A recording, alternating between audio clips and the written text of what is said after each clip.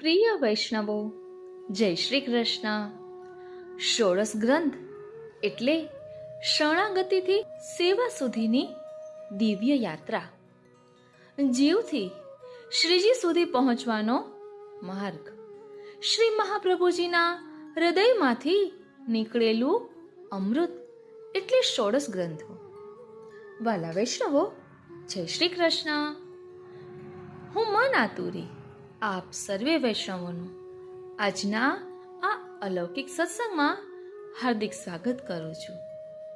વાલા વૈષ્ણવો, આજે આપણે માત્ર એક ચાર્ટ સમજવાના નથી, માત્ર 16 ગ્રંથોના નામ યાદ કરવાના નથી, પરંતુ શ્રીમદ વલ્લભાચાર્ય શ્રી મહાપ્રભુજીએ જીવના કલ્યાણ માટે રચેલા દિવ્ય માર્ગનો અનુભવ કરવાના છીએ.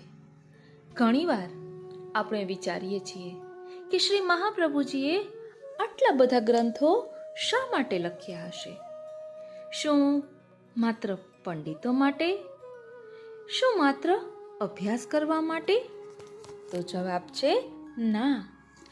આ ગ્રંથો તો એવા છે કે જેમ માતા પોતાના બાળકને હાથ પકડીને ચાલતા શીખવે છે ને, તેવી રીતે જીવ અજ્ઞાનમાં જન્મે છે, પછી પ્રભુનો આશ્રય શીખે છે, પછી પ્રેમ કરે છે, પછી પોતાને સમર્પિત કરે છે અને અંતે સેવા સુધી પહોંચે છે. એટલે જ ષોડશ ગ્રંથોને જોતા લાગે છે કે જાણે શ્રી મહાપ્રભુજીએ જીવની આખી આધ્યાત્મિક યાત્રાને 4 સુંદર પગથિયામાં ગોઠવી દીધી છે. અને તે 4 પગથિયા છે શરણાગતિ, ભક્તિ, સમર્પણ અને સેવા.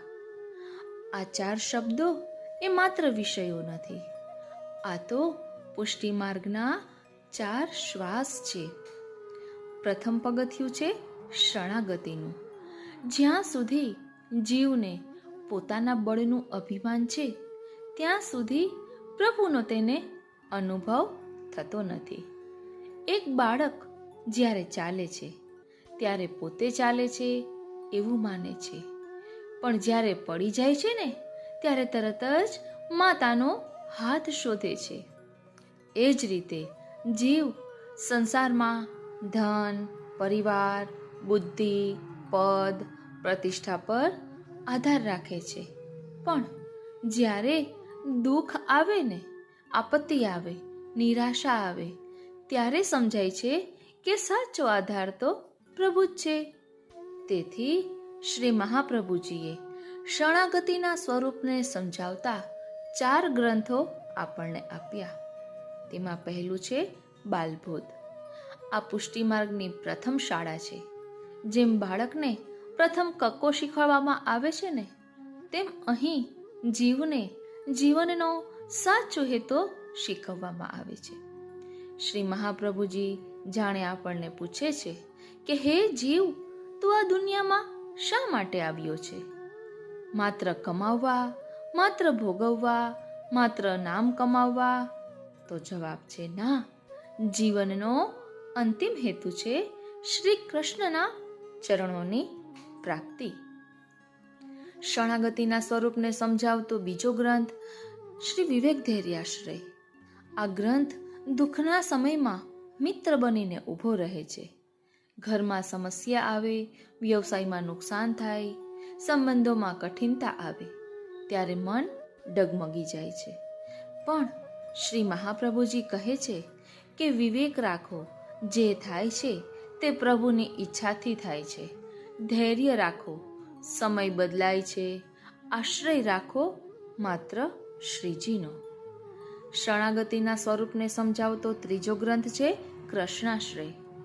કલિયુગમાં માણસ પાસે બધું છે, પણ શાંતિ નથી. સગા છે પણ સહારો નથી. જ્ઞાન છે પણ સ્થિરતા નથી. ત્યારે શ્રી મહાપ્રભુજી ઘોષણા કરે છે કે દરેક પરિસ્થિતિમાં શ્રી કૃષ્ણ જ મારી ગતિ છે. અર્થાત ચારે બાજુ અંધકાર હોય તો પણ એક દીવો પૂરતો છે, અને એ દીવો છે કૃષ્ણાશ્રય. શરણાગતિના સ્વરૂપને સમજાવતો ચોથો ગ્રંથ છે પંચપદ્યાની. આ 5 શ્લોકો જાણે શરણાગતિની મુદ્રા છે. ભક્ત કહે છે, હે પ્રભુ, હવે મારું કંઈ નથી, હું સંપૂર્ણપણે આપનો છું. અને એ જ ક્ષણે જીવન હળવું થઈ જાય છે. હવે બીજું પગથિયું છે ભક્તિનું. શરણાગતિ પછી હૃદયમાં પ્રેમ જન્મે છે. શરણાગતિ મૂળ છે તો ભક્તિ એ ફૂલ છે. આ વિભાગના 4 ગ્રંથો જીવને પ્રેમ શીખવે છે. ભક્તિના સ્વરૂપને સમજાવતું પહેલું પગથિયું શ્રી યમનાષ્ટક. પુષ્ટિ માર્ગનો પ્રવેશ દ્વાર. શ્રી યમુનાજી એ માત્ર નદી નથી, એ તો કૃપાની મૂર્તિ છે. જેમ માતા બાળકને સ્નાન કરાવીને સ્વચ્છ કરે છે, તેમ શ્રી યમુનાજી જીવના અંતરંગ દોષોને ધોઈ નાખે છે અને પછી જીવ શ્રી કૃષ્ણની લીલામાં પ્રવેશ માટે યોગ્ય બને છે. ભક્તિના સ્વરૂપને સમજાવતો 16 ગ્રંથમાંનો બીજો ગ્રંથ ચતુશ્લોકી. આ માત્ર 4 શ્લોક પણ આખા ભક્તિ માર્ગનો નિચોડ. શ્રી મહાપ્રભુજી અહીં કહે છે, જો હૃદયમાં પ્રભુ સિવાય બીજી વસ્તુઓ માટે અતિશય આસક્તિ રહેશે તો પ્રેમ પૂર્ણ નહીં બને. જ્યાં ચિત્ત સંપૂર્ણપણે પ્રભુ તરફ વળે છે ત્યાં ભક્તિ ખીલે છે. ભક્તિના સ્વરૂપને સમજાવતો ત્રીજો ગ્રંથ ભક્તિવર્ધિની. ભક્તિનું બીજ કેવી રીતે વૃક્ષ બને, આ ગ્રંથ તેનો જવાબ આપે છે. શ્રવણ, કીર્તન, સત્સંગ આ બધું ભક્તિના પાણી છે. ધીરે ધીરે ભક્તિ વધે છે. પછી એવો સમય આવે છે કે જીવને પ્રભુ વિના ક્ષણ પણ ગમતો નથી. આ અવસ્થાને શ્રી મહાપ્રભુજી આસક્તિ કહે છે. આ ભક્તિવર્ધિની ગ્રંથમાં પ્રેમ, આસક્તિ અને વ્યસનના સ્વરૂપને ખૂબ સુંદર રીતે શ્રી મહાપ્રભુજીએ સમજાવ્યું છે. ભક્તોના પણ અનેક પ્રકાર હોય છે. કોઈનો પ્રેમ સ્વાર્થથી ભરેલો હોય છે, કોઈનો પ્રેમ અડધો હોય છે, કોઈનો પ્રેમ ગંગાજળ જેવો નિર્મળ હોય છે. શ્રી મહાપ્રભુજી આપણને ત્રીજી અવસ્થા તરફ લઈ જાય છે અને આ જલભેદ ગ્રંથમાં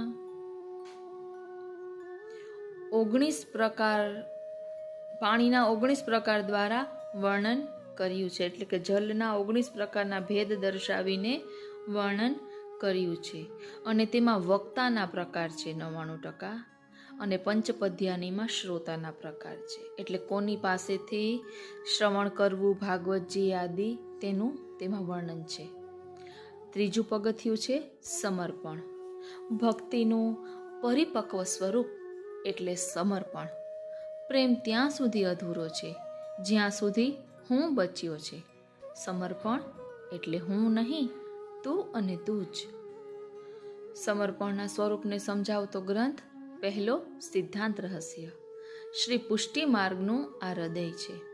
અહીં બ્રહ્મ સંબંધનું રહસ્ય છે. જ્યારે જીવ કહે, હે પ્રભુ, મારું તન આપનું, મારું મન આપનું, મારું ધન આપનું, મારું સર્વસ્વ આપનું, ત્યારે પ્રભુ તેને પોતાનો કરીને સ્વીકારી લે છે. ત્યારબાદ સમર્પણના સ્વરૂપને સમજાવતો બીજો ગ્રંથ નવરત્ન. સમર્પણ પછી પણ ચિંતા કેમ? જો બાળક પિતાના ખભા પર બેઠો હોય તો તેને રસ્તાની ચિંતા રહે ખરી? ના. એ જ રીતે શ્રી મહાપ્રભુજી કહે છે કે ચિંતા છોડો, પ્રભુ તમારું ધ્યાન રાખે છે. ચિંતા કરમાં તારું ધ્યાન રાખે છે ભગવાન. ચિત્ત તું સિદ્ધને ચિંતા કરે, કૃષ્ણને કરવું હોય તે કરે. સમર્પણના સ્વરૂપને સમજાવતો ત્રીજો ગ્રંથ અંતઃકરણ પ્રબોધ. મન બહુ ચંચળ છે, ક્યારેક ભક્તિમાં, ક્યારેક સંસારમાં. શ્રી મહાપ્રભુજી પોતાના મનને સમજાવે છે અને એ જ ઉપદેશ આપણને પણ આપે છે. હે મન, તું શા માટે ભટકે છે? જેનો તું છે એ શ્રી કૃષ્ણ તારી સાથે જ છે. ત્યારબાદ ચોથો ગ્રંથ છે નિરોધ લક્ષણ. નિરોધ એટલે સંસાર ભૂલાઈ જાય અને પ્રભુ જ યાદ રહે. ગોપીઓની દશા આવી હતી. તેમને વૃક્ષમાં પણ કૃષ્ણ દેખાતા, વાદળમાં પણ કૃષ્ણ દેખાતા, પવનમાં પણ કૃષ્ણ દેખાતા. આ જ નિરોધ છે. હવે ચોથું પગથિયું છે સેવા. આ આખી યાત્રાનો શિખર એટલે સેવા. શરણાગતિથી શરૂઆત થઈ, ભક્તિથી પ્રેમ જાગ્યો, સમર્પણથી હું પણ ઓળગ્યું, અને બાકી શું રહ્યું? તો માત્ર સેવા. સેવાના સ્વરૂપને સમજાવતો ગ્રંથ સિદ્ધાંત મુક્તાવલી સેવાના વિવિધ સ્વરૂપો સમજાવે છે. તનુજા સેવા, વિતજા સેવા અને અંતે પહોંચાડે છે માનસી સેવા સુધી, જ્યાં મન સતત પ્રભુની પાસે રહે છે. સેવાના સ્વરૂપને સમજાવતો બીજો ગ્રંથ છે પુષ્ટિ પ્રવાહ મર્યાદા ભેદ. શ્રી મહાપ્રભુજી 3 પ્રકારના જીવો સમજાવે છે. પ્રવાહી જીવ જે સંસારમાં વહેતો રહે છે, મર્યાદા જીવ જે નિયમોમાં બંધાયેલો છે, પુષ્ટિ જીવ જે માત્ર પ્રભુ પ્રેમનો આકાંક્ષી છે. પુષ્ટિ માર્ગનું લક્ષ્ય ત્રીજી અવસ્થા સુધી પહોંચવાનું છે. ત્રીજો ગ્રંથ છે સંન્યાસ નિર્ણય. અહીં સંન્યાસનો અર્થ ઘર છોડવું નહીં, પરંતુ સંસારમાં રહેલી આસક્તિ છોડવાની વાત છે. અહીં સંન્યાસ એટલે હૃદયમાં પ્રભુનો વિરહ, પ્રભુ વિના કાંઈ ગમતું ન રહે, સંસાર વચ્ચે રહીને પણ મન પ્રભુમાં જ રહે, જળ કમળવત જીવન જીવે. અને આ સેવાના સ્વરૂપને સમજાવતો ચોથો ગ્રંથ છે સેવાફલ. આખરે પ્રશ્ન થાય કે સેવાનું ફળ શું? મોક્ષ કે સ્વર્ગ? ના ના, આપણે તો મોક્ષ કે સ્વર્ગ જોઈતું નથી. શ્રી મહાપ્રભુજી કહે છે કે સેવાનું ફળ સેવા જ છે. પ્રભુની સેવા કરતા જે આનંદ મળે છે તેની સામે સ્વર્ગ પણ તુચ્છ છે. કહેવાય છે ને કે મુક્તિ લોણસો ખારી, હરિના જન તો મુક્તિ ન માંગે, માંગે જન્મ જન્મ હરિ સેવા. વાલા વૈષ્ણવો, આ આખા ચાર્ટને એક વાક્યમાં સમજવું હોય તો એમ કહી શકાય કે બાલબોધથી જીવ જાગે છે, કૃષ્ણાશ્રયથી શરણાગતિ કરે છે, યમનાષ્ટકથી કૃપા મેળવે છે, ભક્તિવર્ધિનીથી પ્રેમ વધે છે, સિદ્ધાંત રહસ્યથી સમર્પિત બને છે, નવરત્નથી નિશ્ચિંત થાય છે, નિરોધ લક્ષણથી પ્રભુમય બને છે, અને સેવાફલથી નિત્ય સેવા સુધી પહોંચે છે. આ શ્રી મહાપ્રભુજીના 16 ગ્રંથનો સાર છે. તો આજે આપણે પણ એક સંકલ્પ કરીએ કે હે શ્રીજી બાવા, 16 ગ્રંથ માત્ર વાંચવાના નથી, પરંતુ જીવનમાં ઉતારવાના છે. શરણાગતિથી શરૂ કરીને સેવા સુધી આ યાત્રામાં અમને આપનો આશ્રય, આપની કૃપા અને આપનો પ્રેમ સતત મળતો રહે, એવી શ્રી મહાપ્રભુજીના ચરણારવિંદમાં વિનંતી ધરીએ. વાલા વૈષ્ણવો, આપણે આજે સમજ્યા કે શ્રી મહાપ્રભુજીએ 16 ગ્રંથોમાં જીવની સમગ્ર આધ્યાત્મિક યાત્રા સમજાવી. શરણાગતિથી શરૂઆત, ભક્તિથી હૃદયમાં પ્રેમનો ઉદય, સમર્પણથી પોતાના અહંકારનો વિલય અને અંતે સેવા સુધીની પ્રાપ્તિ. પરંતુ આ સમગ્ર યાત્રામાં જો કોઈ એક ગ્રંથને ઊંડાણપૂર્વક પહેલા સમજવો હોય ને, કે જેને પુષ્ટિમાર્ગનું હૃદય કહી શકાય, પુષ્ટિમાર્ગનું પ્રાણ કહી શકાય, તો એ છે સિદ્ધાંત રહસ્ય. કારણ કે જ્યાં સુધી જીવનું સંપૂર્ણ સમર્પણ ના થાય ત્યાં સુધી પુષ્ટિમાર્ગનો વાસ્તવિક પ્રવેશ થતો નથી. અને એ સમર્પણનું રહસ્ય, એ બ્રહ્મ સંબંધનું રહસ્ય, એ જીવ અને પ્રભુના દિવ્ય સંબંધનું રહસ્ય શ્રી મહાપ્રભુજીએ સિદ્ધાંત રહસ્ય ગ્રંથમાં પ્રગટ કર્યું છે. આ ગ્રંથ માત્ર થોડા શ્લોકોનો નથી, આ તો પુષ્ટિમાર્ગના સમગ્ર સિદ્ધાંતનો સાર છે. આ તો એ ગ્રંથ છે કે જેમાં શ્રી ગોવર્ધનનાથજી સ્વયં શ્રી મહાપ્રભુજીને મધ્યરાત્રિના નિર્જન સમયમાં આ બ્રહ્મ સંબંધનો મહામંત્ર પ્રદાન કરે છે, અને એ ક્ષણથી જીવના ઉદ્ધારનો એક નવું દ્વાર ખુલે છે. આથી હવે પુષ્ટિ માર્ગના અતિ ગૂઢ અને અતિ પવિત્ર ગ્રંથ સિદ્ધાંત રહસ્યની ટીકા તરફ આગળ વધીએ. વિનંતી એટલી જ છે કે હવે આપણે શ્રોતા બનીને નહીં, પરંતુ બ્રહ્મ સંબંધના અધિકારી જીવ બનીને આ ગ્રંથને સાંભળવાનો પ્રયાસ કરીશું. કારણ કે અહીં માત્ર શબ્દો નથી, અહીં શ્રી મહાપ્રભુજીનું હૃદય બોલે છે, અહીં શ્રી ગોવર્ધનનાથજીની કૃપા બોલે છે અને અહીં જીવના સંપૂર્ણ સમર્પણનું રહસ્ય પ્રકટ થાય છે. તો ચાલો સિદ્ધાંત રહસ્ય ગ્રંથમાં પ્રવેશ કરીએ. બોલો શ્રી વલ્લભાધીશ કી જય. વાલા વૈષ્ણવો, પવિત્ર એકાદશી એટલે પુષ્ટિ માર્ગનો પ્રાકટ્ય દિવસ. આપણે ઠાકોરજીને પવિત્ર ધરાવીએ છીએ, તેનો શું ભાવ છે? પવિત્રા એટલે આખા વર્ષની વસ્ત્ર સેવા. જે રીતે આપણે ઠાકોરજીને અન્નકૂટ ધરાવીએ છીએ તો તે આખા વર્ષની સામગ્રીની સેવા છે, તેવી રીતે પવિત્રા એ આખા વર્ષની વસ્ત્ર સેવા છે. એટલે આખા વર્ષમાં આપણાથી જે કંઈ અપરાધ થયા હોય તેનો ક્ષમા માંગવાનો આ દિવસ છે.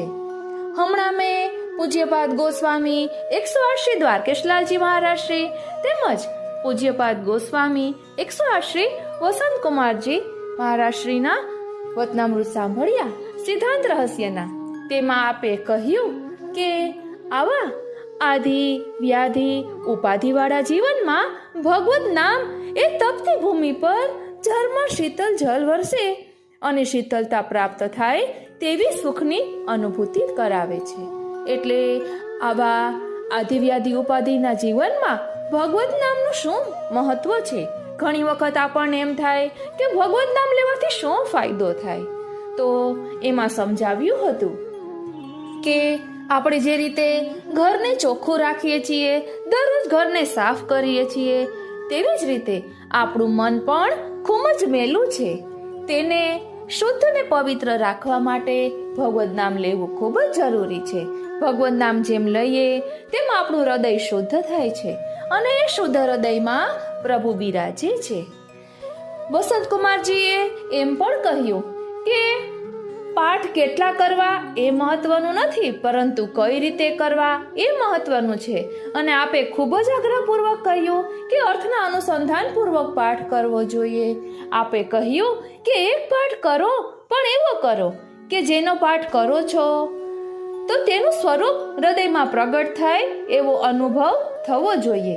એવી રીતે પાઠ કરવાના. એટલે આપણે યમનાષ્ટકનો પાઠ કરીએ છીએ તો યમનાષ્ટીના પાઠમાં અર્થના અનુસંધાન પૂર્વક પાઠ કરતા કરતા યમુનાજીનું સ્વરૂપ આપણા હૃદયમાં પ્રગટ થાય એ રીતે પાઠ કરવાના છે. અને દ્વારકેશલાલજીએ કહ્યું કે આપણા પુષ્ટિ માર્ગમાં ઐશ્વર્ય, સૌંદર્ય અને માધુર્ય શબ્દો ઘણી વખત આવતા હોય છે. તો ઐશ્વર્ય શ્રી યમુનાજીમાં છે, સૌંદર્ય શ્રી મહાપ્રભુજીમાં છે અને માધુર્ય શ્રી ઠાકોરજીમાં છે. તેમજ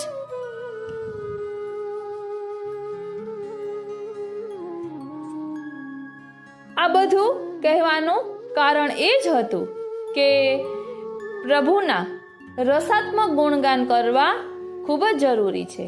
એટલે પ્રભુને રસાત્મક ગુણગાન ખૂબ જ ગમે છે. તાપાત્મક રસાત્મક ગુણગાનથી પ્રભુ આપણા પર પ્રસન્ન થાય છે. અને શ્રી ઠાકોરજી એ શ્રી મહાપ્રભુજીને કયા 4 વચનો આપ્યા છે તેનું ભાવ દર્શન સિદ્ધાંત રહસ્યમાં આપણે કરીશું. વાલા વૈષ્ણવો, પ્રસ્તાવનામાં આ બહેદું કહેવાનું તાત્પર્ય એ જ હતું કે વચનામૃતમાં ખૂબ જ સુંદર રીતે દર્શાવ્યું હતું. અને આપણો પુષ્ટિ માર્ગનો પ્રાકટ્ય દિવસ એટલે પવિત્ર એકાદશી. તો પવિત્ર એકાદશીની મધ્યરાત્રિએ શ્રી ઠાકોરજી અને શ્રી મહાપ્રભુજી વચ્ચે જે સંવાદ થયો તેનો ભાવ દર્શન શ્રી મહાપ્રભુજીએ દામોદરદાસ હરસાનીજીને કર્યું હતું. શ્રી મહાપ્રભુજીએ પૂછ્યું હતું, દમલા તેને કછું સુન્યો? તો દમલાજીએ કહ્યું કે સુન્યો તો સહી, પરંતુ સમજ્યો નહીં. એટલે શ્રી મહાપ્રભુજી અહીં સમજાવી રહ્યા છે. અને આ જ દિવસે ઠાકોરજીએ શ્રી મહાપ્રભુજીને બ્રહ્મ સંબંધ કરાવ્યું હતું, ગદ્ય મંત્ર આપ્યું હતું. ગદ્ય મંત્ર અપ્રસમાં બોલવાનો હોય છે. એટલે શ્રી મહાપ્રભુજીએ આ સિદ્ધાંત રહસ્ય ગ્રંથમાં બ્રહ્મ સંબંધનો મંત્ર નથી કહ્યો, પરંતુ મારા જય શ્રી કૃષ્ણ. સર્વે વૈષ્ણવોને મારા જય શ્રી કૃષ્ણ. આપ સર્વે વૈષ્ણવોનું કૃષ્ણ આવેશની ચેનલમાં હાર્દિક સ્વાગત છે. આપ સર્વે વૈષ્ણવોને પવિત્ર એકાદશીની ખૂબ ખૂબ મંગલ વધાય. આજના ઉત્સવ નિમિત્તે આપણે સિદ્ધાંત રહસ્યનું રસદર્શન કરીશું. જે રમેશભાઈ પરીખે ષોડશ ગ્રંથના વચનામૃત કરેલા છે, ષોડશ ગ્રંથનું આચમન તેમાંથી આપણે લઈ રહ્યા છીએ. સૌ પ્રથમ આપણે પૂર્વ ભૂમિકા જોઈશું. સિદ્ધાંત રહસ્ય ભૂમિકા. પ્રાસ્તાવિક. શ્રી મહાપ્રભુજી વિરચિત ષોડશ ગ્રંથો પૈકી પાંચમો ગ્રંથ સિદ્ધાંત રહસ્ય છે. અન્ય ગ્રંથો કરતાં આ ગ્રંથની એક વિશિષ્ટતા છે. શ્રી મહાપ્રભુજીના સેવકોને પુષ્ટિ સિદ્ધાંત પ્રમાણે જીવન જીવવામાં જ્યારે કોઈ મૂંઝવણ થાય છે, ત્યારે તે મૂંઝવણને દૂર કરવા શ્રી મહાપ્રભુજીએ તે ગ્રંથની રચના કરી છે. પરંતુ જ્યારે પુષ્ટિજીવોના ઉદ્ધારના માર્ગ અંગે શ્રી મહાપ્રભુજીએ સ્વયં શું કરવું તેનું ચિંતન કરવા માંડ્યું, ત્યારે આપશ્રીએ પોતે જણાવ્યા પ્રમાણે સાક્ષાત ભગવાન શ્રી પૂર્ણ પુરુષોત્તમ શ્રી ગોવર્ધનનાથજીએ પ્રગટ થઈ જે આજ્ઞા કરી તે અક્ષરશઃ આ ગ્રંથમાં શ્રી મહાપ્રભુજીએ રજૂ કરી છે. આમ આ ગ્રંથ શ્રી મહાપ્રભુજીની લેખની અને મુખારવિંદથી સાક્ષાત શ્રી ઠાકોરજીના વચનોની આજ્ઞારૂપ રજૂઆત છે. જેમ શ્રી ભગવાનની વાણી વેદ રૂપે મહર્ષિ મુનિઓને પ્રાપ્ત થઈ અને તેમણે સ્વમુખે શિષ્યોને શીખવી, તેમ શ્રી ભગવાનની વાણી શ્રી મહાપ્રભુજીને પ્રાપ્ત થતા આપશ્રીએ શ્રી દામોદરદાસ હરસાનીજીને શીખવી. શ્રી હરસાનીજી દ્વારા તે વાણી શ્રી ગુસાઈજીને હૃદયારૂઢ થઈ. એનું વિશેષ રહસ્ય આપના વંશ દ્વારા વલ્લભીય સૃષ્ટિને પ્રાપ્ત થયું. આમ આ ગ્રંથ વેદરૂપ છે, સર્વ સિદ્ધાંતોનું મૂળ છે, પુષ્ટિ જીવનનો પાયો છે, પુષ્ટિ જીવનની દીવાદાંડી છે. આથી આપણે આપણા પોતાના પૂર્વગ્રહો છોડીને શુદ્ધ અને સ્વસ્થ હૃદય તથા શ્રદ્ધાપૂર્વક વિશુદ્ધ બુદ્ધિથી આ ગ્રંથને સાંગોપાંગ સમજીએ તે અત્યંત જરૂરી છે.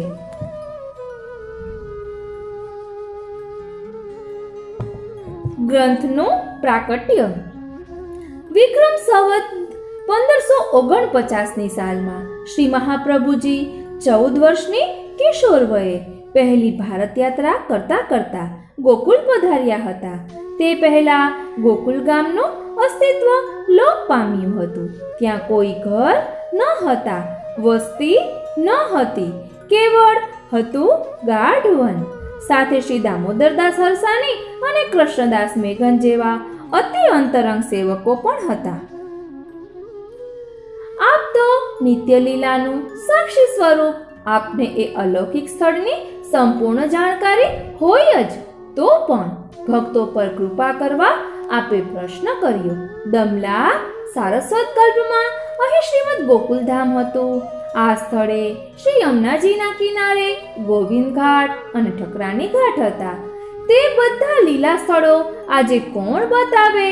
આપના પ્રશ્નનો જવાબ આપવા તુર્યપ્રિયા શ્રી યમુના મહારાણીજી સાક્ષાત ત્યાં પ્રગટ થયા. તે શુભ દિવસ હતો શ્રાવણ સુદ ત્રીજ, ઠકુરાણી ત્રીજનો. શ્રી વલ્લભે શ્રી યમુનાષ્ટક રચી શ્રી મહારાણીજી સમક્ષ સૌ પ્રથમ વખત ગાયું. શ્રી યમુનાજીએ આજ્ઞા કરી, આપ અત્યારે જ્યાં ઊભા છો તે શ્રી ઠકુરાણી ઘાટ છે, બાજુમાં શ્રી ગોવિંદ ઘાટ છે. આપ શ્રી ગોવિંદ ઘાટ પર બિરાજો. આથી શ્રી વલ્લભ શ્રી ગોવિંદ ઘાટ પર શમી એટલે કે છોકરના વૃક્ષ નીચે બિરાજ્યા. આપે ત્યાં શ્રાવણ સુદ ચોથથી દસમ સુધીના 7 દિવસ શ્રી ભાગવત પારાયણ કર્યું. આ અલૌકિક પ્રસંગનો વિચાર કરતા તેના નવનીત એટલે કે માખણરૂપ એક વાત સાફ તરી આવે છે. અંગ્રેજીમાં કહેવત છે, coming events cast their shadows before, એટલે કે બનનારી ઘટનાઓના પડછાયા પહેલા પડે છે. શ્રી યમુનાજીનું પ્રાકટ્ય શ્રી ઠાકોરજીના પ્રાકટ્યની વધાઈ રૂપ છે. શ્રી યમુનાજી ભક્તિ મહારાણી છે, ભક્તિનું સાક્ષાત સાકાર સ્વરૂપ છે. જ્યાં ભક્તિ ત્યાં ભગવાન. શ્રી યમુનાજીની કૃપાથી ભગવત પ્રાપ્તિ થાય છે. આ દિવસો દરમિયાન શ્રી મહાપ્રભુજી સતત વિચારતા હતા. શ્રી પ્રભુને પૃથ્વી ઉપર શુદ્ધ પુષ્ટિ ભક્તિનો માર્ગ પ્રકટ કરવાનું મન થયું, કારણ કે નિત્ય લીલાના કેટલાક અંગીકૃત કૃપાપાત્ર જીવો લીલામાં અપરાધ થવાથી પૃથ્વી પર આવ્યા હતા. તેમનો ઉદ્ધાર થાય તો જ તેઓ ફરી નિત્ય લીલાને પ્રાપ્ત થાય. શુદ્ધ પુષ્ટિ ભક્તિના માર્ગે આ દેવી પુષ્ટિ જીવો ચાલે તો તેમનો ઉદ્ધાર થાય. આથી પૃથ્વી ઉપર શુદ્ધ પુષ્ટિ ભક્તિનો માર્ગ પ્રકટ થાય તે ખાસ જરૂરી હતું. શ્રી પ્રભુ જાણતા હતા કે તે પૃથ્વી પર પ્રકટ કરવાનું સામર્થ્ય પોતાના વ્યૂહ, કલા, અંશ સ્વરૂપ કોઈ દેવદેવી કે અવતારમાં નથી. એ સામર્થ્ય કેવળ પોતાના મુખ સ્વરૂપ શ્રી વલ્લભમાં જ છે. માટે શ્રી પ્રભુએ શ્રી વલ્લભને દૈવી જીવોના ઉદ્ધાર માટે પૃથ્વી પર પ્રકટ થવાની આજ્ઞા કરી હતી. શ્રી વલ્લભને પૃથ્વી ઉપર પ્રકટ થયે 14 વર્ષ થઈ ગયા. આપે લગભગ એક ભારત યાત્રા પણ ચરણારવિંદથી ચાલીને કરી. એના અનુભવે આપને સમજાયું કે ભગવત પ્રાપ્તિ માટે શાસ્ત્રોએ બતાવેલા કર્મ, જ્ઞાન, ભક્તિ, યોગ, ઉપાસના જેવા માર્ગો કલયુગના આ સમયમાં અતિ મુશ્કેલ છે, દુઃસાધ્ય છે. પૃથ્વી ઉપર આવેલા નિત્ય લીલાના પુષ્ટિ જીવો પણ આસુરી અન્ય જીવોના સંગ દોષથી સ્વભાવ દુષ્ટ અને સાધન દુષ્ટ છે. શાસ્ત્રોમાં બતાવેલ મર્યાદા ભક્તિ માર્ગ કરતા શુદ્ધ પુષ્ટિ ભક્તિ માર્ગના સિદ્ધાંત, ભક્તિનું સ્વરૂપ, સેવ્ય સ્વરૂપ અને ફળ પ્રાપ્તિ ઘણા જુદા છે. શાસ્ત્રોમાં 4 પુરુષાર્થો, ત્યાગ, વિવેક વગેરેનું જે નિરૂપણ છે તેના કરતા શુદ્ધ પુષ્ટિ ભક્તિ માર્ગમાં આ બધી બાબતો ઘણી જુદી છે. તેનું તારતમ્ય પુષ્ટિ જીવોને ગળે ઉતારવું જરૂરી છે. આપને વિચાર આવ્યો કે મૂળના પુષ્ટિ જીવો અવિદ્યા અને સંસર્ગ દોષથી પ્રભુથી બહિર્મુખ બનેલા છે. તેઓ ધનાસક્ત અને કામાસક્ત છે. દુષ્ટ દૂષિત પદાર્થોનો ઉપયોગ અને ખાનપાન કરનારા છે. શાસ્ત્રોની આજ્ઞા છે કે જે જીવો શુદ્ધ મનથી સુખી, સાત્વિક અને બ્રહ્મ વિદ્યાના જાણકાર હોય તે જ ભગવત સેવા કરવાની લાયકાતવાળા છે. નિર્દોષ ભગવાન સદોષ જીવોની સેવા ન સ્વીકારે.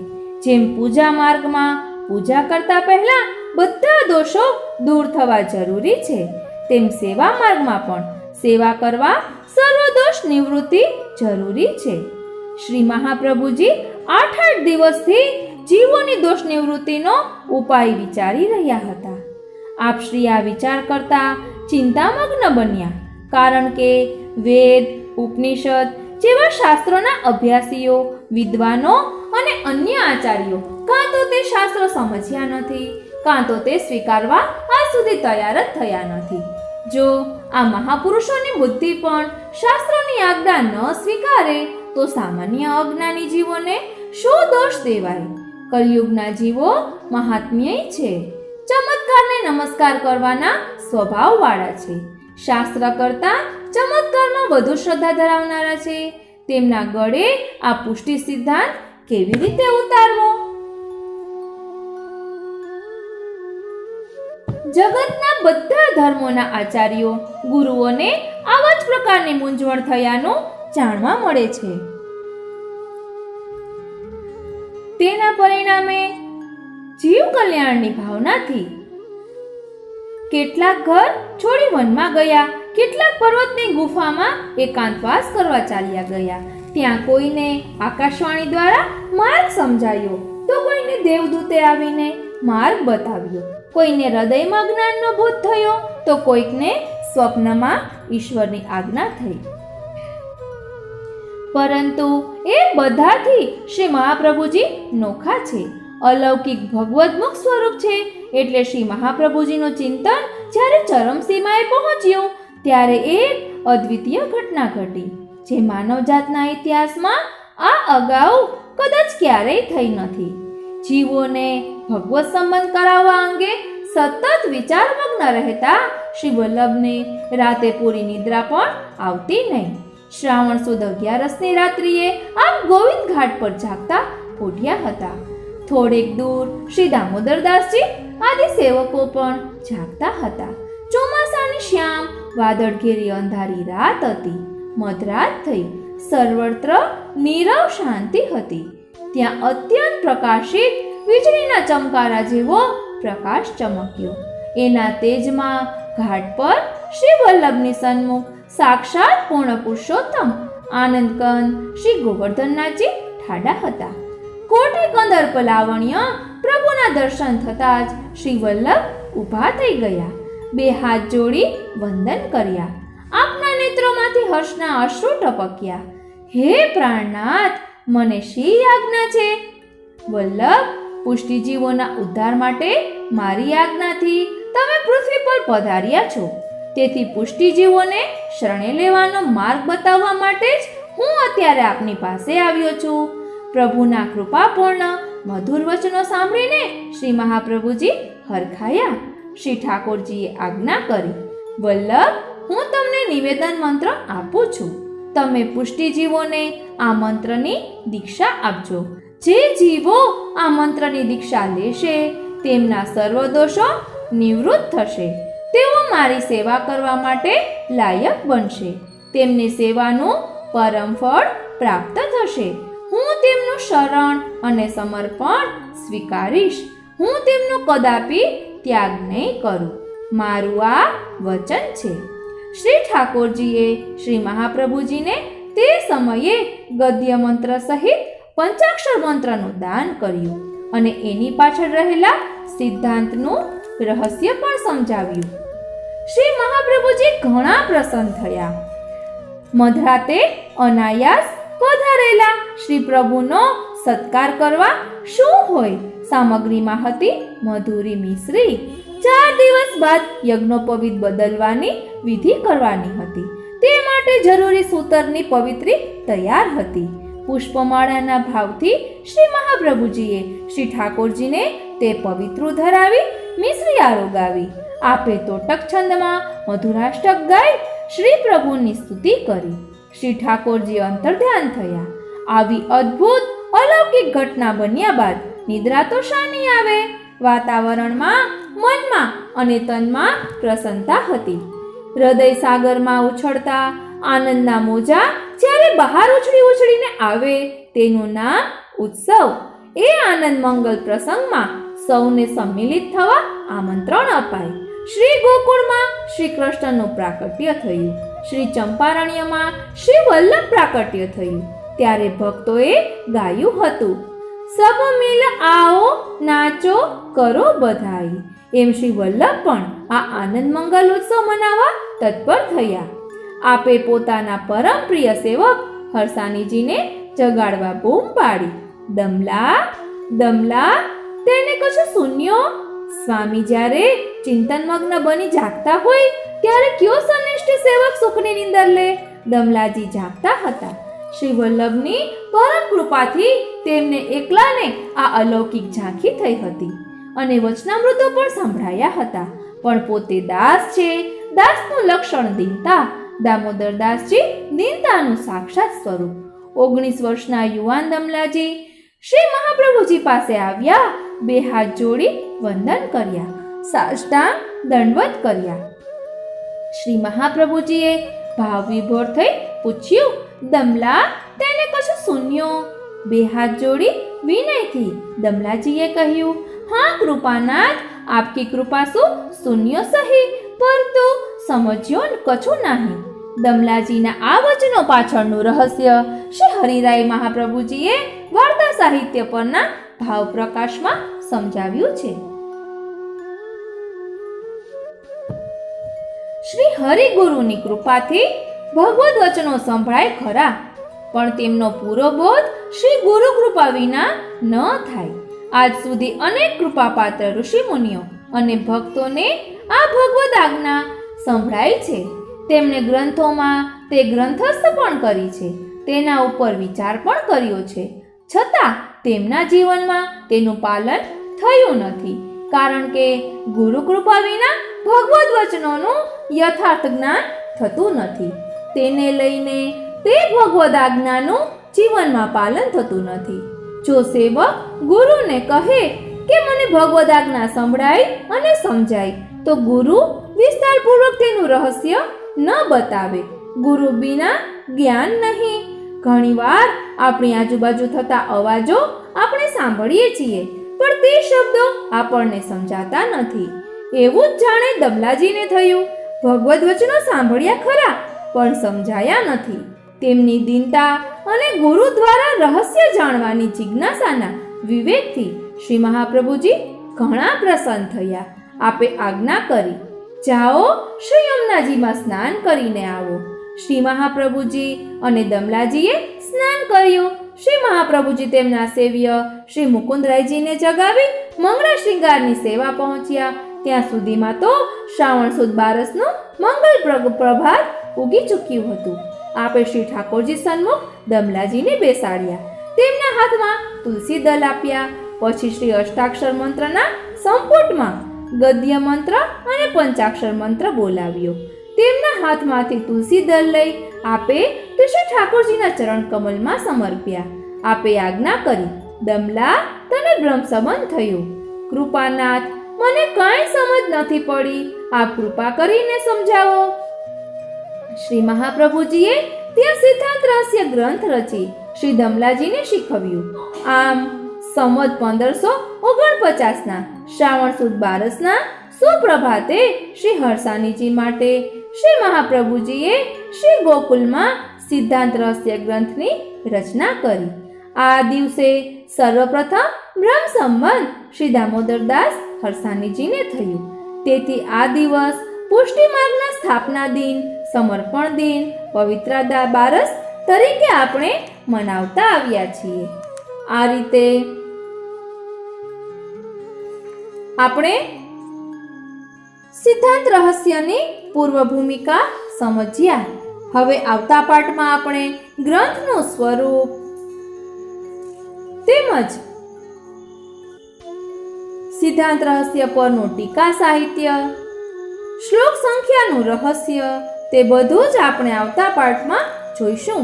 અને સાથે સાથે સિદ્ધાંત રહસ્ય ભાવાર્થ સહિત લઈશું અને ત્યારબાદ ગ્રંથ વિવરણ કરીશું. અને આ સિદ્ધાંત રહસ્ય ઉપર જે બધી ટીકાઓનું સંકલન છે તેનો નિચોડ અહીં શ્રી રમેશભાઈ પરીખે કરેલો છે. સિદ્ધાંત રહસ્ય પર કુલ 11 ટીકાઓ છે.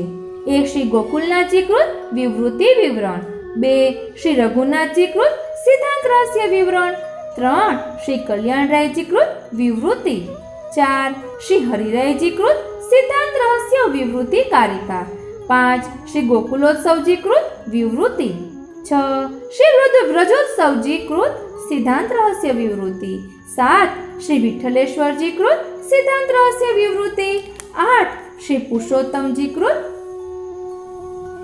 સિદ્ધાંત રહસ્ય વિવૃત્તિ, 9 શ્રી ગિરધરજીકૃત સિદ્ધાંત રહસ્ય વિવૃત્તિ, 10 શ્રી લાલુ ભટ્ટજીકૃત સિદ્ધાંત રહસ્ય વિવૃત્તિ અને 11મું શ્રી અનામી વિદ્વાનકૃત સંવાદ વિવૃત્તિ. આ રીતે આ 11 પ્રકારની ટીકાઓનો નિચોડ અહીં રમેશભાઈ પરીખે કરેલો છે. અને ત્યારબાદ તેનું વિવરણ સમજીશું. ગ્રંથનું સ્વરૂપ શું છે તે પણ આપણે જોઈશું. શ્લોકોની સંખ્યાની શું ભાવના છે તે પણ આપણે જોઈશું. તો ચાલો શરૂ કરીએ સિદ્ધાંત રહસ્ય.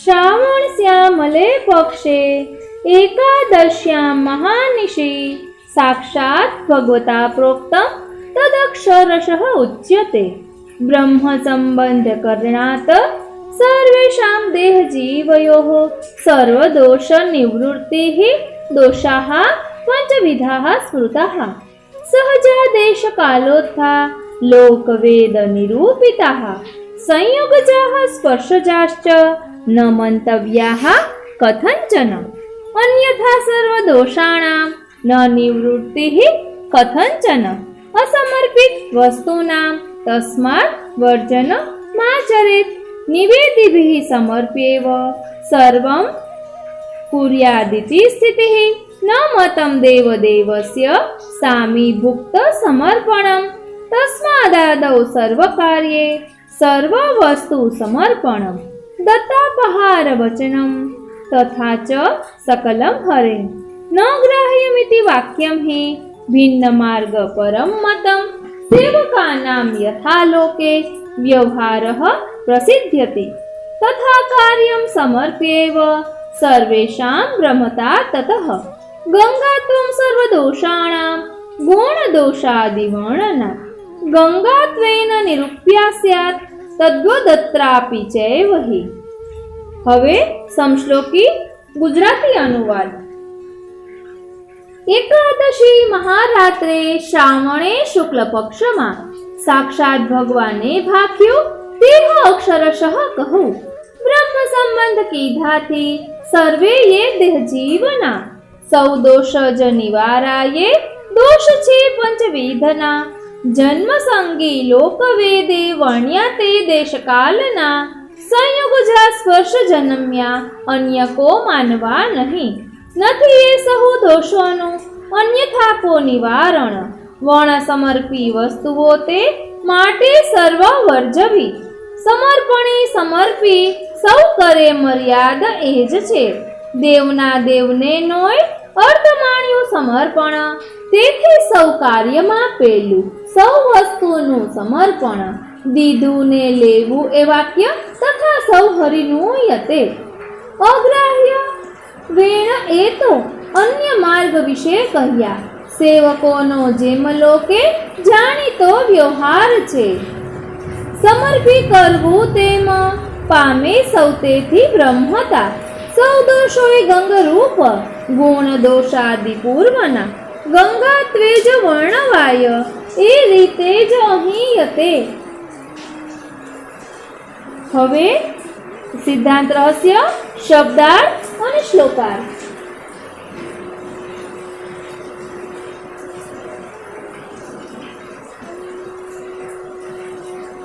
શ્રાવણ શ્યામલે પક્ષે એકાદશ્યામ મહાનિશે સાક્ષાત ભગવતા પ્રોક્તમ તદક્ષરશ ઉચ્યતે. શ્રાવણ માસના શુક્લ પક્ષમાં એકાદશીની મધ્યરાત્રિએ સાક્ષાત ભગવાનને પ્રકટ થઈને જે સારી રીતે કહ્યું તે અક્ષરશઃ કહું છું. બ્રહ્મ સંબંધ કરણાત સર્વેષાં દેહ જીવયોઃ સર્વ દોષ નિવૃત્તિઃ દોષાઃ પંચવિધા સ્મૃતાઃ. બ્રહ્મ સંબંધ કરવાથી સૌના દેહ સ્થૂળ અને સૂક્ષ્મ શરીર અને અજ્ઞાનયુક્ત જીવના બધા દોષોની ચોક્કસ નિવૃત્તિ થાય છે. સ્મૃતિ શાસ્ત્રમાં દોષો 5 પ્રકારના કહેવાયા છે. સહજા દેશ કાલોત્થા લોક વેદ નિરૂપિતઃ સંયોગજાઃ સ્પર્શજાશ્ચ ન મંતવ્યાઃ કથંચન. લોકવેદમાં કહેલા સહજ દોષ, દેશકાળથી ઉત્પન્ન થતા દોષ, સંયોગથી થતા દોષ અને સ્પર્શથી થતા દોષોને બ્રહ્મ સંબંધ થયા પછી કોઈ પણ પ્રકારે માનવા નહીં, એમની ચિંતા ન કરવી. અન્યથા સર્વ દોષાણામ ન નિવૃત્તિઃ કથંચન. બ્રહ્મ સંબંધ વિના બીજી કોઈ પણ રીતે ઉપર કહેલા સર્વ દોષોની નિવૃત્તિ થતી નથી. અસમર્પિત વસ્તુ નામ તસ્માદ વર્જનમાચરેત. નિવેદિભિઃ સમર્પ્યેવ સર્વં કુર્યાદિતિ સ્થિતિઃ. તેથી બ્રહ્મ સંબંધી વૈષ્ણવે અસમર્પિત વસ્તુઓનો ત્યાગ કરવો, ભગવાનને નિવેદન કરેલી વસ્તુઓ ભગવાનને સમર્પણ કરીને તેનાથી પોતાના ગૃહસ્થાશ્રમનો નિર્વાહ કરવો, એવી પુષ્ટિ ભક્તિ માર્ગની મર્યાદા છે. ન મતમ દેવદેવસ્ય સામીભુક્ત સમર્પણમ. દેવાધિદેવ શ્રી પૂર્ણ પુરુષોત્તમને અર્ધભુક્ત એટલે કે આપણી વાપરેલી વસ્તુઓ સમર્પણ કરવાનો આ માર્ગનો મત નથી, એટલે કે તેમ ન કરવું. તસ્માદાદૌ સર્વ કાર્યે સર્વ વસ્તુ સમર્પણમ. તેથી દરેક કાર્યની શરૂઆતમાં જ બધી વસ્તુઓ પહેલા શ્રી પ્રભુને સમર્પણ કરવી. દત્તાપહાર વચનમ તથા ચ સકલમ હરેહ ન ગ્રાહ્યમિતિ વાક્યમ હિ ભિન્ન માર્ગ પરમ મતમ. ભગવાનને સમર્પિત કરેલું આપણા ઉપયોગમાં વાપરવું ન જોઈએ તથા શ્રી હરિને સર્વ સમર્પણ કર્યા પછી તે ગ્રહણ ન કરવું એ વાક્ય ભિન્ન એટલે કે જુદા માર્ગનો છે.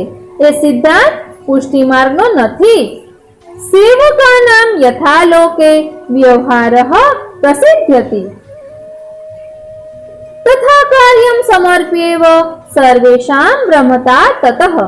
જગતમાં સેવકોનો વ્યવહાર જે રીતનો પ્રસિદ્ધ છે તે પ્રકારે સમર્પણ કરીને રહેવું, તેનાથી સર્વ વસ્તુઓની બ્રહ્મતા થાય છે, સર્વ વસ્તુઓ નિર્દોષ બને છે. ગંગા ત્વમ સર્વ દોષાણામ ગુણ દોષાદિ વર્ણના ગંગાત્વેન નિરૂપ્યા સ્યાત તત્વદત્રાપી ચૈવહિ.